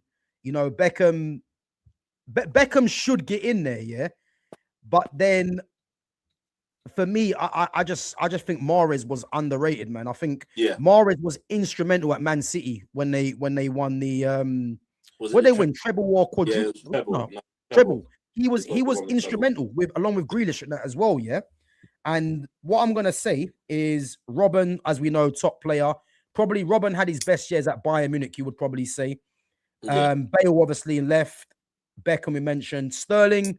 I mean, Sterling shouldn't be nowhere near this, but you have to give credit to Sterling because of the tap-ins at the back post for Man City. Yeah. But for me, it's between and again, Salah because of his numbers is in the conversation, but you know how I feel about Salah. I just don't rate that guy, so you don't get him for me, yeah. So I'm gonna say my vote, and it's down to you lot, yeah. I'm gonna say Riyad Mahrez. Ronaldo's not coming. Ronaldo is either left-hand side or not for me because I'm not having Ronaldo as the Ronaldo that we remember because he wasn't doing it on the right-hand side, regardless of interchanging or not. Yeah. But I've been outvoted a few. I've been outvoted a few times. So Jonas, what you saying, Cristiano on the right? Cristiano or Mahrez, go on. I'm not gonna lie. I'd have happily taken Cristiano Ronaldo. I'm not gonna lie. That man in the Premier League is fucking ridiculous. This is what I'm saying, and we can't leave him out. We can't leave him out. Guys, them free kicks, the way the man dance round, man, like it's horrible. It's horrible to watch. This is what I'm saying. He won a Ballon d'Or at United, bro. You know what I mean? Like, I just think to myself, like, it's ridiculous. Like, as much as I hate to admit it, the guy was fucking unreal. He can't be left out of an all-time 11 for Premier League when that's where I know he elevated his game when he went to Madrid, but let's not beat around the bush. He was a Ballon d'Or winner. He was the best player in the world at Manchester United. Playing from the left. Right. But fuck it then. Right, bro. Jonas, are we going Cristiano on the left then, getting Hazard out this team? Think wisely, Jonas. Think wisely. Yeah. Jonas, you know full well, Jonas, Cristiano has got to be in this team, so it's got to go right or left. I'm taking Cristiano. He's got to go in. I'm taking Cristiano. I disagree, by the way, yeah, but I'll put him in. I disagree. Yo, I disagreed with Company and Walker, bro. Like, we're all taking L's today, Gav. All right, listen, we can't put him in because they got him down as a striker. Oh my god. Yeah, it's not working. They got him down as a striker. See, I told you. Fuck it, just leave it blank. We know what that is. Edit it manually. You get me? I'll try to do it manually. Just change Salah's name to Cristiano or something. Yeah. Hey. Right. So listen, we'll show you the team after. Now we're gonna be moving on to controversial. Yeah. Guys, we are going to try and wrap it up in the next 20 minutes, okay? So we're going to try not to take too long, yeah? But let's just go. Oh, sorry. Before we move on, left yeah, back. no. So obviously we got Hazard, innit? Yeah, but just want to give an honorable mentions to the likes of obviously mentioned Giggs, Sadio Mane, Alexis Sanchez, Perez, Leroy Sané, and Anthony Martial. So I'd have put Perez in there. I'd have put Heung-min Son. Perez, son. I forgot about them, to be fair. Do you know what I mean? Ginola definitely does deserve a shout still. Overmars, was he on that side? Mark Overmars. Bale as well. Bale. Do you know what I mean? There's so many players you could add on that side. It's real. All right, cool. All right, let's move it on anyway, yeah? Tens. Favorite position? Oh, we're doing tens. We're doing tens first. Should we not just get Andy Cole out of the way first? Yeah, because I think this will be tough, but we might agree on the majority, yeah? Bergkamp, Zola. Jesus Christ. Yeah. I think you have to play, you have to put De Bruyne in there as well. Yeah. David Silva. Yeah. Yaya Toure was there, but we've got him in the midfield. Paolo Di Canio. Yeah. Wayne Rooney. Yeah. Eric Cantona. Yeah. Matt Letitia. Dimitri Payet. Anyone else I've missed out? I mean, man's like Benito Carboni, but yeah. What is Coutinho? Oh my Lord, Coutinho. What is Coutinho count as? Bro, you know what? I totally forgot about Coutinho. He makes the list, by the way, but I'd put him either left wing or 10. So, but Hazard for me, no one gets above Hazard. That's just my opinion. So but I mean, Coutinho, honorable mention. Yeah, 10. Ozil again in the 10 role. Ozil, sorry, as well. He's in there. Yeah, sorry, Ozil as well. I mean, this is difficult. I'll be honest with you. You know, for me, I can narrow that down to 5 man there and do a rolling about in the 90s and that. So we've got Zola, Paolo Di Canio, Bergkamp, Cantona, and the only one that weren't about in the 90s, Wayne Rooney. I'm not. So what? No Letitia, no Payet, no De Bruyne, no David Silva. For me, when we're talking levels, them 5 next to Payet, Letitia, these men were good players, good players. But they can't. They're not going next to Rooney, Cantona, Bergkamp. No, it's not. I'm taking Dennis Bergkamp. Peter Beardsley can be in his own little list, man. He can't make that list there, man. That's just taking the piss. But big up Glossy Pom Pom, man. Putting some sick chats. But yeah, listen, this is hard. This is difficult because I mean, you see Dimitri Payet, yeah. I would go as far and say, yeah, he has probably had arguably the best single season I've ever seen from a player in the Premier League. Because at West Ham, yeah, he was looking like the best player in the league at West Ham. He was unreal, man. Unreal. I hear it. And, to be fair, Di Canio was that at one point. Bro, I think Payet took it to another level. I don't think people remember the season when Payet was just everything he hit was going in. Free kicks. Just go. I hear it, but you can't forget though, like the Canio also not just like his performances, but the fact that he was the leader on that pitch. You get me? Like I swear, like he did the same thing that Del Piero did. They got relegated. Fergie came for him, and he said, "I can't leave the team now. I'm captain." You get me? What do you mean? Yeah. These men were like solid characters all the way through, and then to put on top elite performances. Like, for me, Paolo Di Canio over Payet all day. So I'm not gonna lie, me hands down, I'm taking motherfucking Bergkamp. There is nobody. Nobody. That's for me. I can narrow it down further. It's Rooney, Cantona or Bergkamp, and if you really want to get techie, it's Cantona or Bergkamp. Yeah, I'm taking Bergkamp all day long, mate. Bro, I think you lot are sleeping on David Silva and Zola, though, man. Listen, no. Zola would have been my 4th, or the cup, the Canio before Zola. You get me? But if we're narrowing it down to 3, it's Bergkamp, Cantona, and Rooney. Bergkamp was a man that just, boy, listen, that flick, and everybody's going, I don't know if he meant it. The turn, Against Newcastle, that innit? Yeah. Listen, when you saw Yo. that in the school pitch, I'm trying that next day. Bro, fuck that. Do you remember that match of the day where he did the goal of the month contenders and all three options, like the top three was all Bergkamp? Yeah. Bro, Dennis was a bad boy, trust me. Hey, do you remember Bergkamp's goal against Sunderland? Yes. Do you remember that, yeah? Bro, Dennis Bergkamp, like I said, I won't begrudge Dennis going in as the number 10 because feeding Andy Cole is going to be outrageous. I'm not going to lie, though. Not going to lie. The one person I do think is slept on is Rooney. Rooney from the age of 16, brother, the moment he burst on the scene. And then even at United, to be pushed out of position, to be pushed out of your position and still be a top player, no matter where Fergie goes, I need you to play here this week. I need you to play here. I need you to play here this week. He was our Gerrard. He could go right back if necessary and he'd do the job, you know what I mean? Yeah. Anywhere on the pitch. You know what? Big up to Glossy Pom Pom because I think he's more or less said the same thing we're saying, innit? Narrowing it down to 2 players. So again, big up to all the ones that didn't make that didn't get included, but I think Rooney and Bergkamp, it's a hard list, man, but out of those 2, but I got more pleasure from watching Letizia was ridiculous. Imagine Letizia in this era of football now be getting criticized because he don't run. You know what I mean? But his goals though would be goal of the season every season without a doubt. It's like doing it at Southampton as well. It's like who's the striker that you bought from Tottenham? Dimitar Berbatov. Like Berbatov.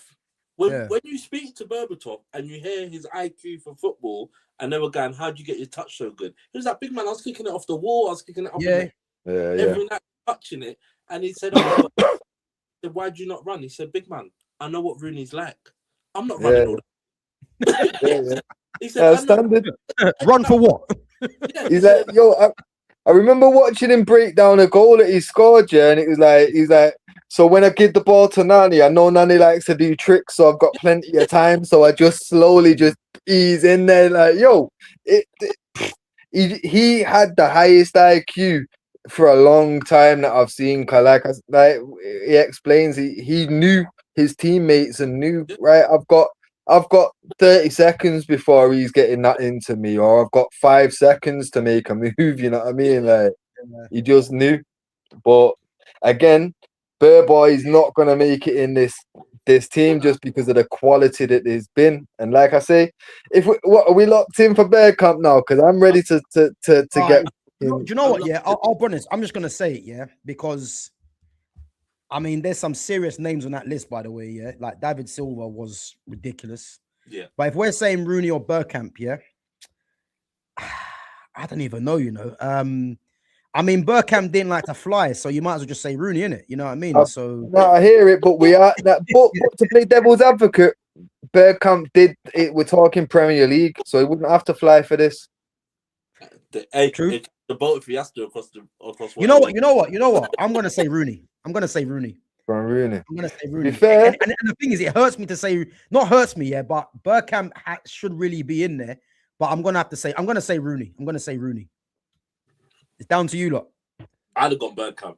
So don't do that, Jonas. Don't make me the decider. Listen. I love Bergkamp to bits. I love Rooney to bits. Bergkamp was a joke, man. You have to give Bergkamp was a joke. But I think Rooney.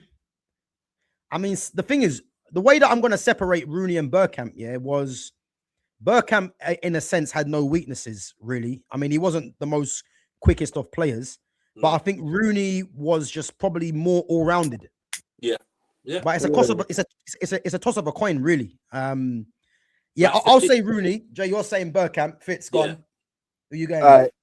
So just so Arsenal fans don't think it's a United bias, for me it's coming down to pull your medals out, innit? And it's not even close when it comes down to that. And I don't like the fact that that's what I've had to do when Dennis Bergkamp's in the conversation, but that's what it is. And to be fair, we're talking Premier League consistently.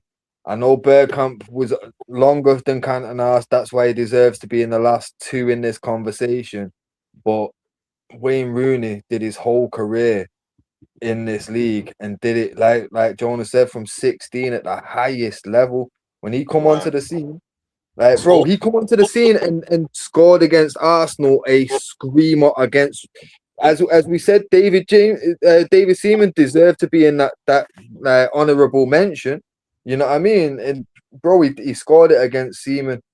You get me? And from there, just stayed on form non-stop. Went to the Euros, dominated that, come back, went to United and just dominated the league for a decade. You know what I mean? So gonna have to go Rooney, innit? Yeah, Rooney is there, man. I mean, it's, do you know what? As I said, man, it's a toss of a coin, really. I mean, it should really be Bergkamp, but yeah, it could be Rooney. But do you think it's definite between them two, though? Oh, hell yeah. Yeah. Oh, Just for the Cantona should be in that conversation, but like I say, he finished, like they both was in the Prem at the same time, and then he also Cantona retired in what, 97? Realistically, fucking Bergkamp was still in the league when they did the Invincibles, innit? So obviously longevity was my original favorite, man, growing up. You know what I mean? Yeah, yo, bro. FIFA 99 was my favorite FIFA game, and I was gassed to see that it was Bergkamp on the cover. You know what I mean? Like, I loved that game, bro. Like, absolutely loved it, and the fact that Bergkamp was getting his flowers, I like.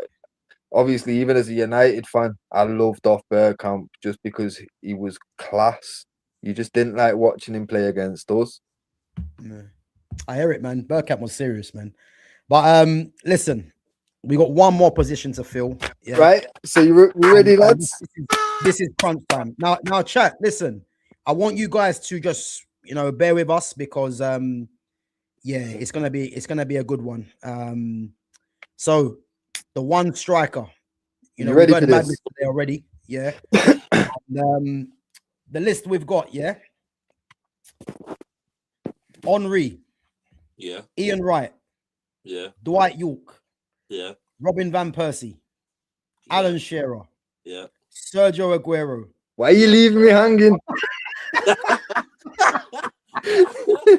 Say his name, bro. All right, Andy Cole's in there. Yeah. I'll put Haaland in there, as well. Just getting a recent player in there, but it shows you how the standards dropped. Carlos Tevez. Yeah. Fernando Torres. Yes. Luis Suarez. Damn right, you had to put Luis Suarez. Robbie Fowler. Yeah. Yeah. Michael Owen. Damn right. Yeah. Didier Drogba. Yeah. Dimitar Berbatov. Yeah. Harry Kane. Yeah. No, Jermaine Defoe. Oh shit! Defoe. Okay, Defoe. Put him in there. Yeah, sorry, Defoe. Put him in there. Next, you'll be telling me Darren Bent. You know what I mean? But Jermaine was a bad boy though. He was. I actually forgot about him. Yeah. I forgot. But listen, I'm gonna let you two discuss this quickly. Yeah, I just want to pop off just quickly. Yeah. Listen, talk your Andy Cole stuff. No. I'm gonna wait until you're back, my bro. Wait, Jonas can have his say now. Go on, do your thing. I'll wait till you're back. Give me a couple of minutes, yeah. Yeah. Right, cool. There is so much to discuss. All right, so Jonas. Right, we're basically doing honorable mentions here, bro. We know where it's going, right? So, obviously, Didier Drogba deserves to be in this conversation. Yeah. Henry. Like, if we're narrowing it down, obviously, I'm gonna say Andy Cole, Henry, Drogba. I think that's essentially the top three for me out of that list. And if we're going 5, just because that's a very big list, I'm probably gonna say Torres for his time at Liverpool. Simply because Suarez, like we took points away from certain people for being shit pundits and shit. You know what I mean? And John Terry got discredited for being a shit person. So Luis Suarez being a racist person that bites people, we can't give him the flowers. So we're gonna go probably Torres, if not Torres, Fowler. And who would we say is the fifth? I'm not gonna lie, Van Persie needs to be in that conversation for me. Yeah. Okay, I'm not mad at that. His time at United, and as much as people go, "Oh yeah," but brother, listen, no matter what, that man scored some fucking goals. Oh yeah. He scored. United. All right, so we've Kane, got. I can't. For me, Harry Kane, bro, like. Yes, but it's because he's in this era. Do you see Harry Kane getting the same amount of goals back then? No, not those sort of goals. This is what I'm saying. Those sort of goals. He's not a running behind. An honourable mention would be someone like Daniel Sturridge this time when him and Luis Suarez and Sterling were together. Yeah. For that, and Sturridge did well. Adebayor gets an honourable mention. Yeah, Anelka, shit. Anelka, yeah, again in the conversation, went to Arsenal, banging in goals, and it got to a point where Arsenal were like, "This kid is better than Henry." Yeah. Liverpool was gonna sign. Liverpool were like, "We're not sure," blah blah. Then let him go to wherever else he went. Mate, the kid was just unreal. Yeah. It was basically attitude problems, innit? Yeah. That's what people put it down to back then. Well, if it weren't for his attitude or perceived attitude, because I feel like he got the Martial treatment first, innit? Because he didn't smile like that and he had that look about him like he weren't happy all the time. So fucking the media just laid into him from early, innit? Exactly. Just gave him a few critical things. But again, someone's mentioned in the comments talking about Bobby Firmino. But he's not an out-and-out striker. He was never bought an out striker. He's bought as a man that's gonna, for me, is more of a false nine than he is your out-and-out striker. And we're not playing with false nine. Do you know what I mean? He created space for Salah and for Mane to go and score goals. He was never really fussed about getting goals. Yeah. He was always more fussed about how beautiful is my pass for that assist. How space have I created? Do you know what I mean? So but that's the thing as well. When we're talking about numbers as well, that goes the same for a lot of back then, like, because it weren't the mentality for a striker to go out and try and score multiple goals in a game and try and get a hat trick every game, and that wasn't. It was a case of, did the team win? That was all it was about, innit? And so certain times, like obviously every match was. It's still the same. It's all a different tactical setup, essentially, innit? You approach every opponent slightly different somehow. Realistically, certain times strikers were just gonna be used as decoys, just bully up these fucking defenders, make space so that whoever's playing it in midfield can get a long shot off. You know what I mean? Like a Scolesy or whatever can run in. But it's one of them for me. Like the stats and figures only really come into it when it's like, well, when it's too close to call, now we've got to draw for something. You know what I mean? But like for me, like this is why there's not really even a conversation to be had when you actually go through the records and the stats and that for Cole. Like, because obviously I don't want to get into it before Gav's here, because like I'm 100% certain neither of you are fully aware of the records that he still holds and where he still is in the record books in regards to a lot of fucking statistics and that. And it's not like shit statistics. It's like, these are eye openers. And then when, like I say, I sent over a reel of just Andy Cole goals, just that he scored in just the Prem, because obviously what he did against Barcelona, prime Barcelona, with York, was disgusting. You know what I mean? And people can say, oh, well, that was the partnership. All right, cool. But let's not forget that was Dwight York's first season. And Dwight York was struggling with every other fucking partner until he linked up with Andy Cole. So who was the fucking common you know what I mean? The common denominator was Andy Cole for that success. And then man linked up because Andy Cole didn't see him as a threat to his position. He seen him as, you know what? I know how hard it is to be the new signing.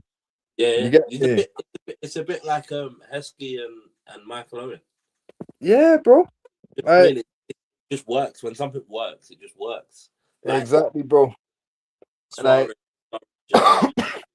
nobody's trying. That's the thing, and it's more about who's willing to, and that's why when you look at players like Firmino, you look at, and do you know what I mean? It's a case of these players are like, I'm not that fussed about getting a goal. I know I can get a goal, and it will come. But my first and foremost thing is, how do I improve this team?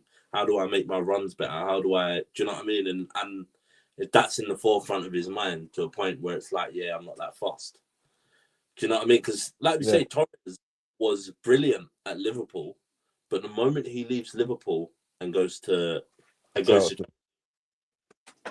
not the same player. Nah, 100.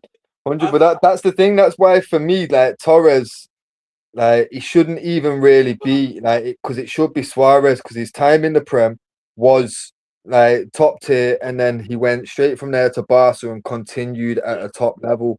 But and like I say, because he left the league, it's like there was no risk of him fucking up his Prem record. You know what I mean? But Torres really tarnished his own legacy with the Chelsea move. But again, like I think that did him over. I think that Chelsea time did him over. But when you hear him speak about it, he never really wanted to leave Liverpool.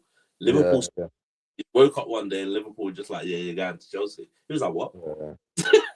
No, but that's the thing, though. Like, you can't really blame the player in those situations. But at the same time, like, I do always think, like, well, what if you'd have just said no? Yeah. Liverpool aren't going to start putting you in the fucking reserves because you said no. You're still fucking Fernando Torres. Yeah. You know what I mean? Like, they're just going to continue playing you, and then you can say, no, I'll go, but on my terms, I'll go to a Barca or wherever, you know what I mean? If they come in. But go somewhere else. Yeah, but like, to be fair, so Gav, what we've said so far, kind of tried to narrow it down to like the top five in it. And I'm saying Andy Cole, Henry, Didier Drogba. It should be Suarez, but we're taking away personal points because he's a dickhead. Yeah, we can't allow that. So we're putting Torres in there instead of Suarez. We're not getting in any controversial players, yeah? Is that what it is? We're not doing that. Bro, we took points away from Keane for being a shit pundit. So Suarez being a racist that bites people, we're taking points away, brother. Bro, you was trying to put Ronaldo in there, man. This guy's holding his club to ransom right now. Bro, you know what I mean? I don't really care about all that. Let's get down to business now, Gav. You back, yeah? Go on. Right. So 100. I'm going Henry, by the way. Huh? I'm going Henry, by the way. Right, cool. Wait. 187 Premier League goals, yeah? Only one penalty. Who? Cole. Andy Cole. Madness, only one penalty because he said if he couldn't score in open play, he wasn't good enough. Yeah? Then, on top of that, if we're taking away penalties from the all-time top goal scorers list, where do you think he is? I've got a feeling he's first. Second, just about. Yeah? Who's first? I think it's Shearer by 2 goals. Oh, serious? Yes. Yeah? Okay. But even with pens, he's 5th. And only recently became 5th. Yeah? In his debut season, how many goals do you think he bagged, bro? I think he got about 30, didn't he? 34. Yeah? He was the first player to be the top goal scorer and top assists in the league in a season. Yeah? He did that with 34 goals. How many assists did he get? 13 assists. Yeah? Yeah. Which, again, in his debut season. Yeah? Crazy. Which combined to 47 goal involvements in a season, which is now still the joint record, only just touched by Salah. Yeah? Yeah. Right. Yeah. One sec. Fastest to 50 goals. And he didn't get in there either. So one sec. Fastest to 50 goals. Yeah? Haaland has beat him by 2 games, but he scored 11 penalties. Crazy. Andy Cole didn't score 1. Yeah? Yeah. He was also the first player to score 5 in a match. Not only did he do that in 90 minutes, he did it in 45 minutes. Yeah? That was against Ipswich, wasn't it? Yep. Yeah. Bro, in a single season, he scored in 26 matches, which is still the record. Yeah? Consistency. In 414 league appearances, how many times do you think this brother was caught offside? I want to say less than 200. 24. Get out of here. 24. Bro. 24 times only did that brother go offside. Bro, you sure there was a linesman though? Bro, positive. Go back, bro. So let's just run through the records that this brother holds. The joint most goals in a season, minus penalties. Yeah? The joint most goals in a game. Joint most goal involvements in a season. Second fewest to 50. Yeah? But like I said, Haaland only just beaten by 2 games with 11 of those being penalties. Yeah? Second most goals in a season, excluding penalties. Yeah? Second most goals in a debut season. Second most goals in a Premier League season. The 5th most goals in history. And he, bear in mind, second excluding Premier League, yeah? Yeah. And within all that, when he came to United, he had shin splints for the first 2 years. Yeah. In 96, got ill with pneumonia, and then whilst recovering, had both legs broken in one challenge by Razor Ruddock. Yeah. Come back and still was the bad boy. You get me?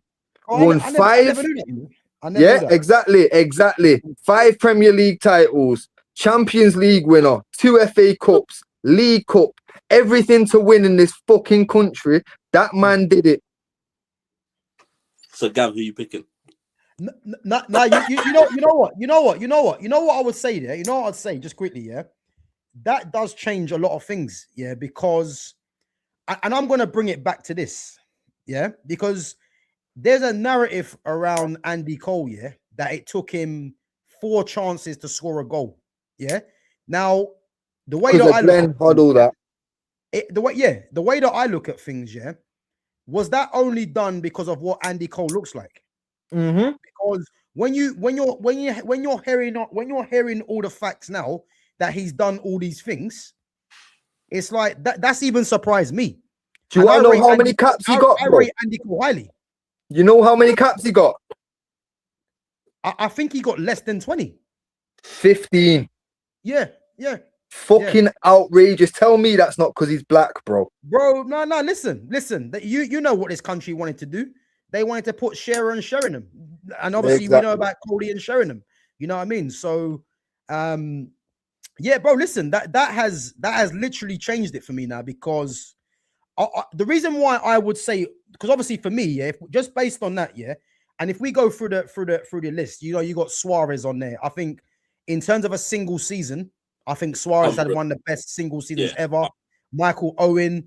Robbie Fowler as well. Some of the chats are saying as well. Matt Owen won a Ballon d'Or. Yeah. Only English player to do that. Matt. Yeah. Matt. Yeah. I agree. Yeah. Oh, I agree. But what the reason why I would I mean, Les Ferdinand's not in there for me, man. No way. Nah, man. Forget Les Ferdinand. Nah. I remember I was at Tottenham with his son, and his son was dreadful, man. Honestly, his son was terrible, bro. Honestly, one of the nepotism signings, bro. Listen, it was definitely that, man. And he was terrible. He was a striker as well, man. But I mean, yeah, he was poor. Like, there's no point even chatting about him. But anyway, we'll move on. But listen, what I would say here, the reason why I pick Henry is purely because Henry, for me, when literally we used to play against Arsenal, it's like Henry could just decide a game when he wanted to, because everyone looked at Henry for his pace, yeah, but his pace for me was his bonus. it was just everything around Henry, like in terms of his ability on the ball.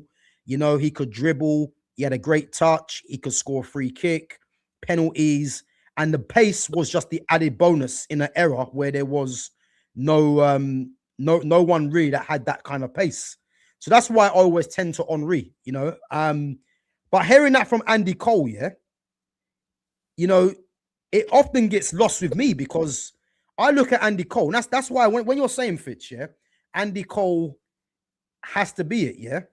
I can clearly see now where you're going with this because these things can't be underestimated. But I think it's a symptom of what football is, yeah. Andy Cole slept on, and it has to only be because of what he looks like. Because if he was Alan Shearer, you know, you best believe they'll be putting that in your faces. Yo, See if what he I mean? was blonde with blue eyes, everyone would know all them stats. Yeah, but Alan Shearer, like, what's his name? What's the other one? Paul Gascoigne. If he was Paul Gascoigne, yeah, yeah, we wouldn't be having this conversation. Exactly, bro. If he was Paul Gascoigne, we wouldn't be having this conversation. Do you know what I mean? Sorry, Bob. I just see something. I just cried. Sorry. Dion Dublin, you serious? Yo, you know what? Yeah, the best thing Dion Dublin ever did was break his leg, because then we signed Coley on a fucking replacement. Fucking hell. Hey, you see Dion Dublin now, yeah? He has to be the worst black striker I've seen in the league, hands down. He was terrible. Listen, that man's on Homes Under the Hammer, and he should stay there as well and bounce, man. His commentary, yeah, is some of the worst commentary I've ever heard as well. Yeah. Like, that guy was a poor striker. He wore number 9 for Villa, and his commentary is even worse than his ability. Hey, big up to Glossy Pom Pom, man, but don't put that name in this chat again, man. That's a name I want rid of this chat, man, because he was terrible. Hasselbank, yep. Big up to Clockender says, in all, Cole scored 68 goals in 84 matches for Newcastle. That's actually insane. You know what? I hear it. So what? Did it at Newcastle, bro? Let that sink in. Newcastle, bro. Yeah. Let's get to it then, yeah, because I'll be honest with you, yeah. People are going to say Alan Shearer. And the reason why Alan Shearer, let's get it right, yeah, was a goal scorer. Like, he was an absolute goal scorer, yeah. And I remember watching back in the day, yeah, some clips of Alan Shearer finishing. And his finishing was an absolute joke off both feet and heading, yeah. But I look at the overall player. And this is why I always look at Henry. Because overall, if we're picking between 3 strikers, you're probably looking at Henry, Shearer, and for me, it's got to be Harry Kane. Yeah. But I heard you say, Fitz, yeah, that Harry Kane, would he have done what he done against the kind of defenders that those players went up against? And again, that's a good argument. Yeah. But if we narrow it down, so should we narrow it down to what? Henry, Shearer, and Andy Cole? Well, I don't think Shearer's even in there. I think I don't think he's in there. But bro, if you go back and watch Alan Shearer highlights, he scores the same 5 goals over and over. Go back, like I say, after this, everyone just search on YouTube whilst you're here. Search Andy Cole best Premier League goals and just watch how many different finishes he gave. Overheads on the edge of the box, volleys from 40 yards out, cheeky chips from outside the box. This guy had everything. My man, don't forget that goal that he scored against Barcelona with the 1-2s and that, and it going real wide, and he ends up, bro, the angle on that, if you can get the right highlight that show you, bro, he had no room to fucking maneuver with that. It had to be bang on.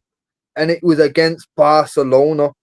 You know what I mean? Like, big game player. Like, obviously, the only big game that my man didn't turn up in was the final in 99. But nobody turned up until the last 5 minutes. Yeah. And that was only because we played 80-something minutes with Giggs on the fucking right for fucking some reason and Beck's in the centre.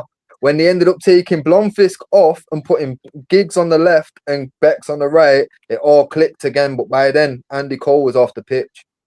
You know what I mean? So for me, I feel like Andy Cole. So you're going Coley, yeah? Yeah, it's Andy Cole or Henry. But for me, Henry's not even in the top 5 goal scorers in the league's history. He's nowhere bro, to you be know what? seen in But most this of is the them. thing. I don't base it on goal scoring. That's my thing. No, I'm not neither do I. But they when it's that close and it's neck and neck, we've got two players. This is where you got to pull out your medals. This is where you've got to look at the records and see who's where.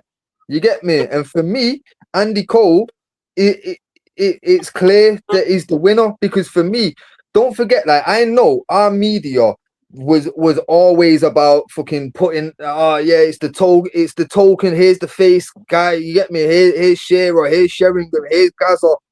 No one really wanted to see Andy Cole shine. You know what I mean? Even when he come to United, he was under so much pressure from our fans because he was a record signing. You know what I mean? And because bear in mind, back then, a record signing being black, he was under pressure by that generation of fans. It was our generation that we're looking at the French guys and the Dutch guys and the Brazilians like these are the best in the world. You get me? We didn't have that bias. So for me, there's a little bit of the reverse going on when it comes down to when we think back of our like 90s players and shit. We look at the Batistuters and the R9s like they were something out of this world. Like Andy Cole fucking wasn't. Yeah. That's why, like, yo, Andy Cole, second behind R9, all-time strikers. No one can tell me different. And the record books still prove it because my man's been retired 20 odd years, you know, and he's still joint holder or second in all of these fucking brackets where that's what matters as a striker. Goal involvements, most goals scored in a season. First player to score 5 in a game. First player to have top assist and top goals in a season. And not only did he do that in a season, did it at Newcastle in his debut season. That's insane. That's R9 levels of talent. But no one gives him his flowers because he was an English guy. Yeah. And you know what I mean? And on top of that, he wasn't white with blue eyes and blonde hair. It's fucked, bro. David Beckham was not even half the player Andy Cole was, but David Beckham was the wonder kid. How's that? Bro, the thing is, as I said now, yeah, for me, yeah, wait, what's going on there? Sorry, yeah, that kind of changes it for me because I didn't actually realize Cole was a holder of all those things. I actually didn't realize that. And when you actually look at it like this, yeah, it's like, because for me, when I'm hearing Andy Cole second to R9, like, I'm thinking, listen, I don't know what's going on there. But everyone thinks, yo, what's Fitz smoking? Bro, I'll be honest now, yeah, but maybe Andy Cole suffered, yeah, because of him being English, and we know what the perception is on players like that. If Andy Cole would have been Italian or French, he would have been fucking out of this world. That's how we'd have viewed him. I hear it. Do you know what? It's difficult, man. That has got me thinking. I ain't gonna lie. That's got me thinking, yeah, because I'm looking at it all together, yeah. And Andy Cole, he probably was slept on because they tried to make everything about Alan Shearer. You know what I mean? Yeah. But I don't know. I just think Henry, man. Do you know what? I'm gonna be true to myself, yeah. Big up to Coley and that, yeah. But it's 1-1. I'm gonna say Henry, and again, big up to the ones that didn't make it. That the Harry Kanes, the Shearers, the Suarez, the Torres, Drogba. I mean, Drogba was ridiculous. You know, Ian Wrights. Like these guys are all great strikers, yeah. But for me, it's always been Henry. You know what I mean? And obviously, Fitz has made a good argument for Andy Cole, yeah. Jonas, who you going with, bro? I'm not gonna lie. Go on, you're the deciding vote. I'm gonna give it to Fitz. I'm gonna give it to our black legend, man, Andy Cole. You going Coley, yeah? He deserves his flowers. Oh, cool. You know what? Yeah, I'll be honest with you. Yeah, I never thought I'd be doing all-time 11, and Henry's nowhere to be seen in there. That is crazy to me. That is crazy, but it is. It's about. But like I said to you, bro, there's no way Andy Cole gets left out once I get through what's on this page. There's no way, bro. Because this is what I'm saying. Because I know, because I am that big of a fan, bro. I named my son Cole Cantona Fitz. You get me? Serious. First name Cole, second name Cantona, bro. Like it's on his birth certificate, all that business. So I can't name my son that, and my baby. Well, not even kind of disrespect, baby. My missus has to know.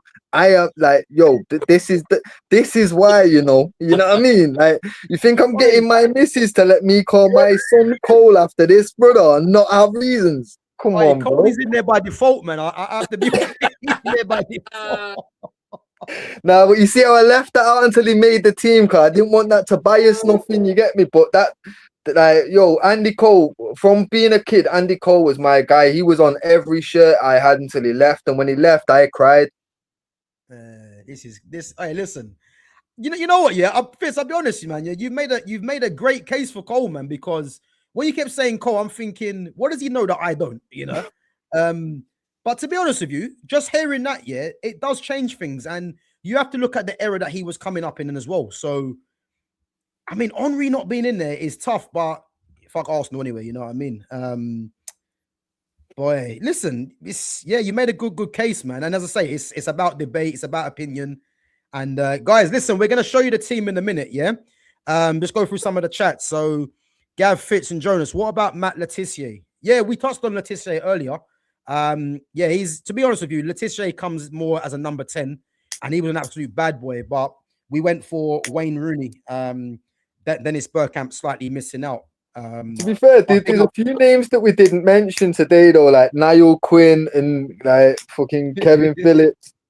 Like there was a few bad boys still that could have got an honorable mention, but like the players that have been picked for this team, like all elite players, though, innit? Like I wasn't happy about Company and Walker, but there's no disputing that these men are quality players. You know what I mean? And they've got the medals to back it up, innit? That's the real show of consistency. Like if we counted the Premier League medals in that fucking 11 there, it's gonna be crazy. Yeah, I hear it.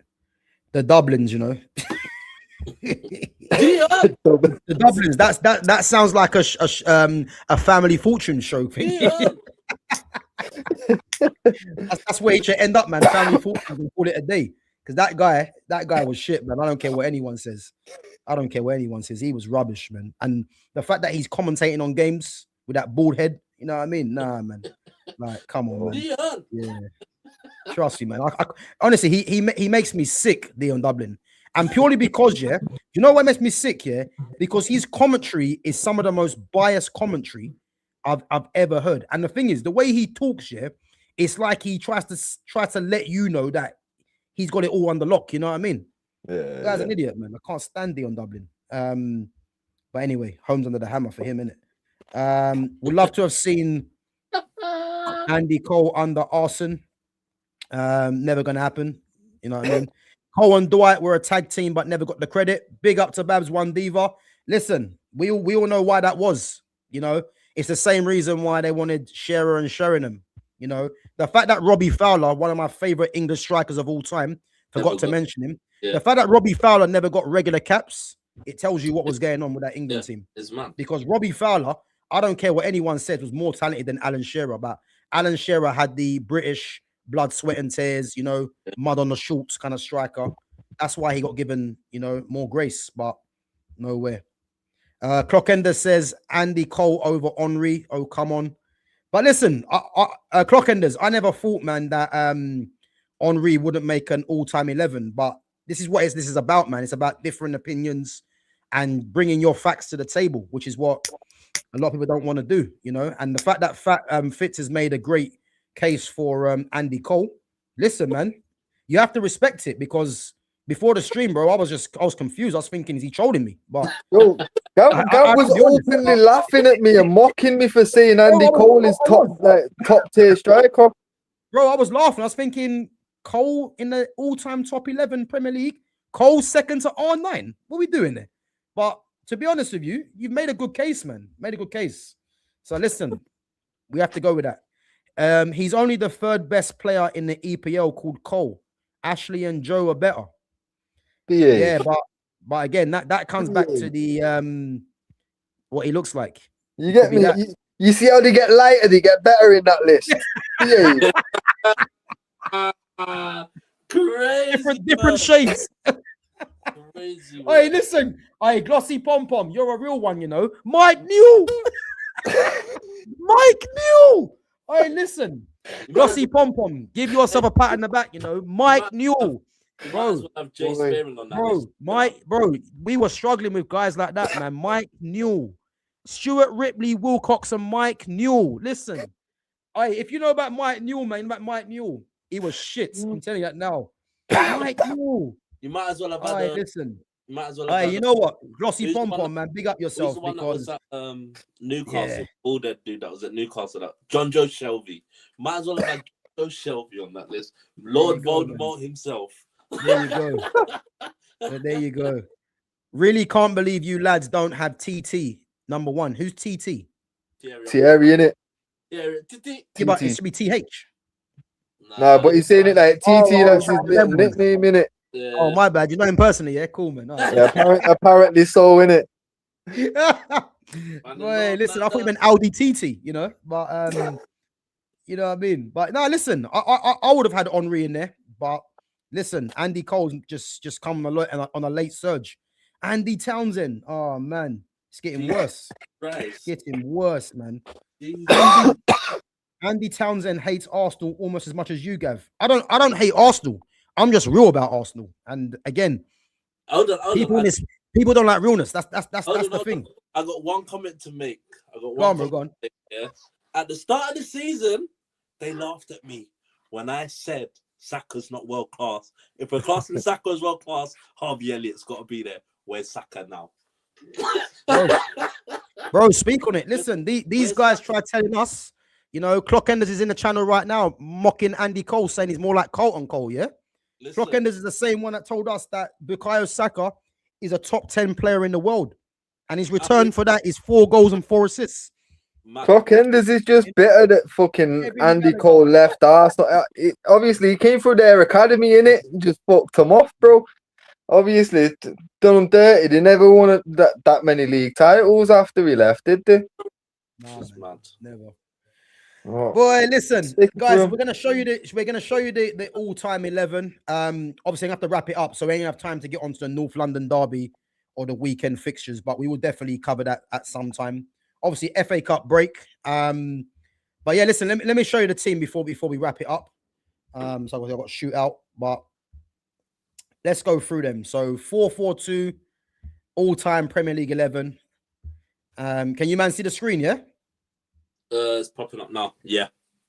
Cool. So we got Peter Schmeichel in goal, Kyle Walker right back, Yap Stam, Vincent Kompany centre back, left back Ashley Cole, Riyad Mahrez and Eden Hazard on the wings, Paul Scholes and Yaya Toure in the midfield. Wait. We went with Mahrez. Did we not go with Cristiano? Are you going to see that one in?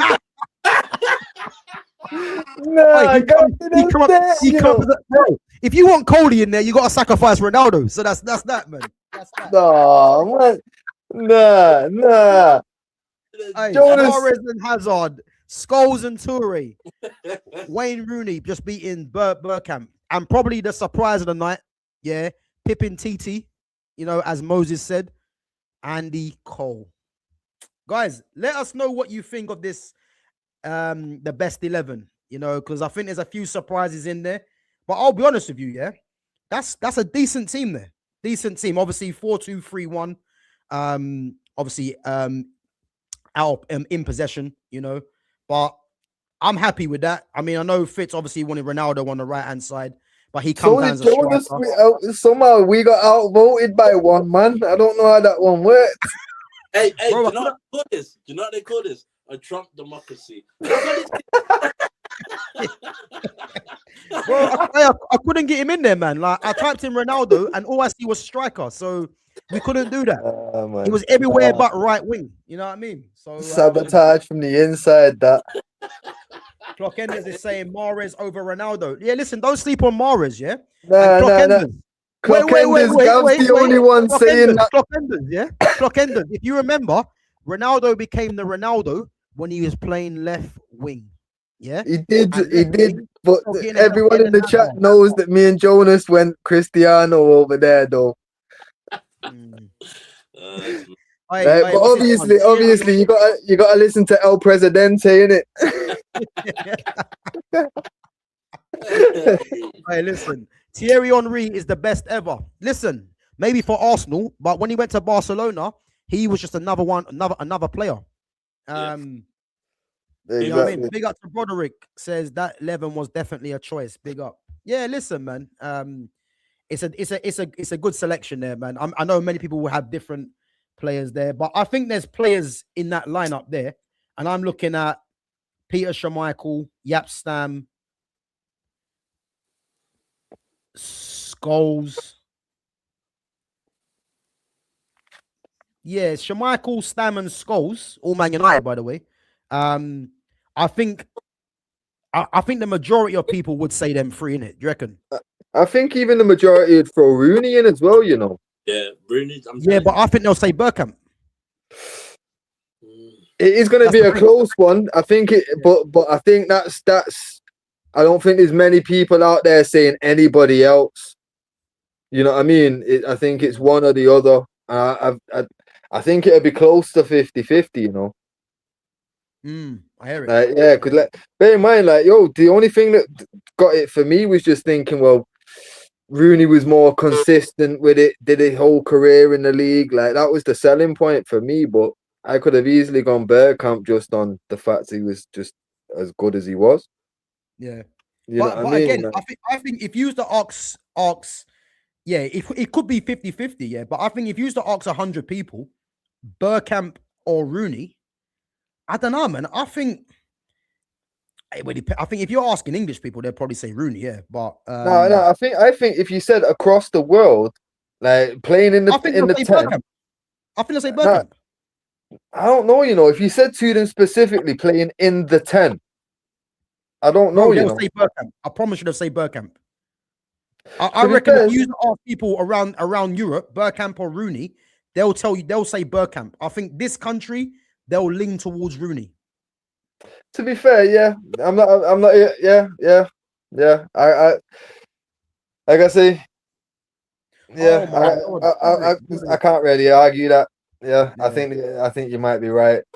Yeah, Broderick, my bad.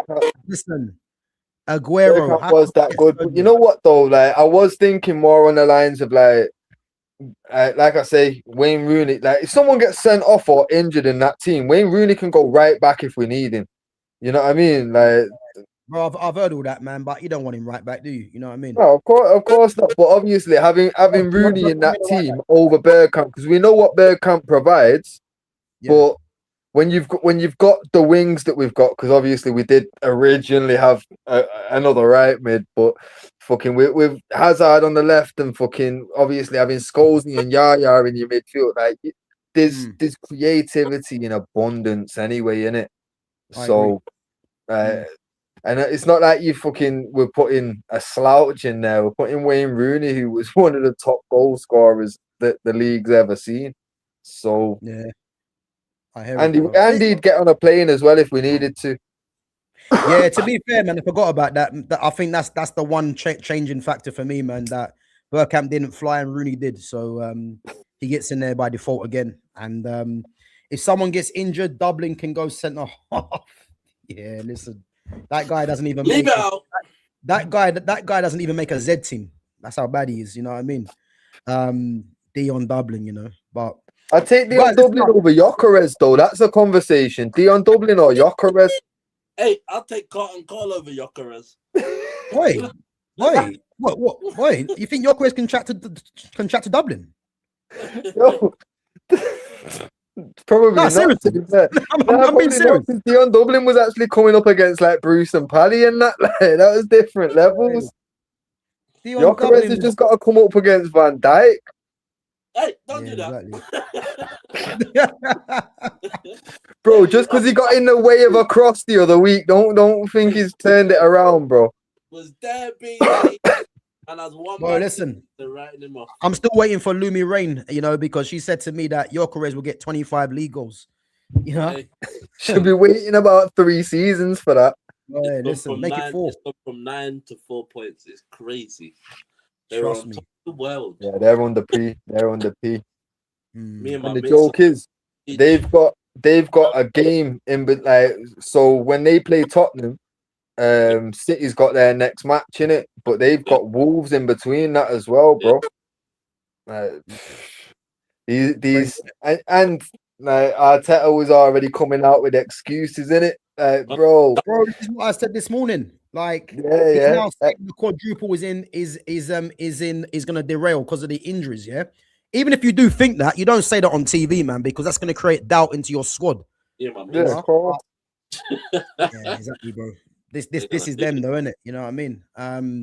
Broderick says meant Aguero over Cole. What happened today?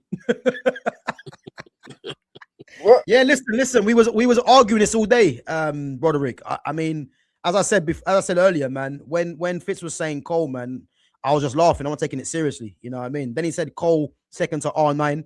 You know what I mean? I screamed. But Yo, yeah, listen. I'll state that clear now, just so everyone knows. Like, best strikers of all time. If we're talking top 5, top 3, whatever. Number 1 is R9. Number 2 is Andy Cole, and I will fight anybody on that.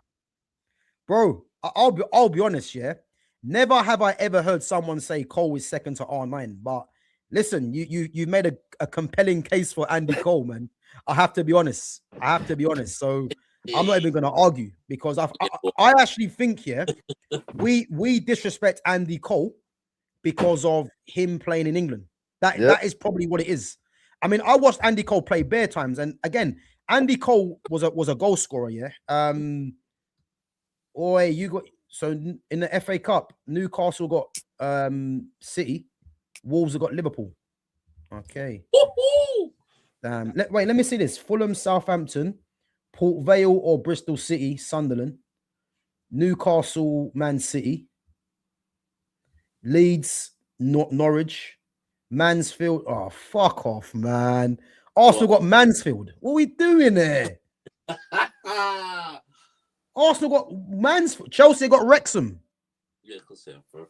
Arsenal got Mansfield. You see what's going on? They're desperate to give Arsenal a trophy this season, you know. Telling you, man. Mansfield. Crazy. Nah.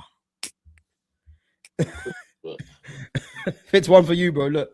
Boy, I can't even see. Go on. Clockender says, Fitz, love you, mate, but put the blunt down. Bro, I'm telling you, man. Andy Cole, yo, I'm telling you, after this stream ends, just go and check Andy Cole's best goals. I'm telling you now, the guy had everything. Everything. He had pace. His finishing was lethal. All kinds of finishes. The guy was something else. Like I say, he was just, he's always been overlooked. Always. And I'm here to change it. Boy, listen, I'm convinced, put it that way. You know, as I said, I was Henri, but you know, listen, it went down to a vote, and yeah, we went with Andy Cole, man. And I'm not gonna lie, I think Andy Cole does deserve his flowers. You know what I mean? Huh? We got to stick with our black strikers. Boy, we have to, man. We have to because you know, I know you boys have been hearing what Jim Ratcliffe has been saying and that, you know. So crazy. But we'll get onto that another. The thing is, I'm not even too interested because it's not really a surprise he's coming out of that anyway. But listen, guys, we're gonna have to wrap it up anyway because I got to shoot out. But we was gonna get onto the North London derby and the weekend fixtures. But again, we'll touch on that. Rapid Arsenal lose, innit? Boy, I'm going for a draw. I'm going for a draw. I'm going for a draw. Yeah, I'm going draw. I think it's gonna be a shit game. Cheeky 1-0 for Tottenham. Listen, bro, if that happens, listen, best believe I'll be alive. Best believe, you know. Make sure you come on to clock in if that happens. But I'm gonna go for a draw in that game because I think Tottenham have got a lot of injuries in it, and I think that's what might do them. But new manager bounce, you know, North London derby. Yeah, I'm gonna say a draw in it. Yeah. So, but guys, listen up. We're gonna wrap it up anyway. Big up to everyone coming through. Make sure, as always, you smash the like button, sub to the channel, and you share the channel. And make sure you go and follow Fitz and Jonas on their socials as well. which is in the description. And guys, let us know what you think of the all-time Premier League 11. Let us know in the comments if you think it's a good team, or do you think there's certain players that should have been included. Again, you know what it is, guys, for me, yeah. This is a debate that's never really going to get settled, because you're always going to get people that are going to, you know, prefer other players, but this is what it's about, isn't it? So yeah, we're gonna definitely have conversations on this again, you know. And guys, as I said, like we're gonna try and do another stream, a new one, during the week. So we're gonna do, you know, Arsenal's best ever 11, Chelsea, City, United. We'll try and do some teams from abroad as well, La Liga, Serie A. And yeah, we're going to try and do more content like this, because I think it does gather good opinion. So yeah, we're going to try and sort this out anyway. But I'm going to be back normal time tomorrow. So I'll be back at 12 o'clock. And then obviously I'll be back in the evening as well. So yeah, make sure your notifications are on to see when I go live. And as I said, big up to everyone coming through and contributing to the channel. And big up to all the newcomers, and big up to the mods as well. And yeah, man, big up to you two as well coming on, man. Big up yourselves. Always a pleasure. Bro. Yeah. So as I said, guys, we'll be back next week, and let's hope. Well, actually, I'm not going to hope for nothing, man. Let's just see what happens, because I think by the time we're back, it should be North London derby, yeah. Yeah. Okay. So, and obviously United are playing Everton as well. So let's hope we get the 3 points. And who you guys playing, Jonas? I'll tell you. We're Forest, playing isn't it? Forest. Yeah, Forest. You got is that away? Forest away, yeah. Forest away. Okay, Vitor Pereira and that, yeah. New manager. Hey, no new manager, bounce. Fuck that. Get them 3 points. So well, you better, man. You better. I'm hearing Salah's back now from these deluded fans. He's back after one penalty. You know what I mean? Hey. After he dived. You know what I mean? So yeah, this is what these people do, you know. So we have to just wait and see. But yeah, listen, big up yourselves each and every time. And guys, we'll be back next Monday, same time. Obviously, we'll be back at 5:30. Obviously, slightly a bit later today. And as I say, let's see what happens, man. Some interesting talking points. And yeah, make sure you comment after the stream has ended and let us know what you think. Big up yourselves, and we'll catch you guys next week. Big up you two, yeah? In a bit. Man. That's bro. Yeah.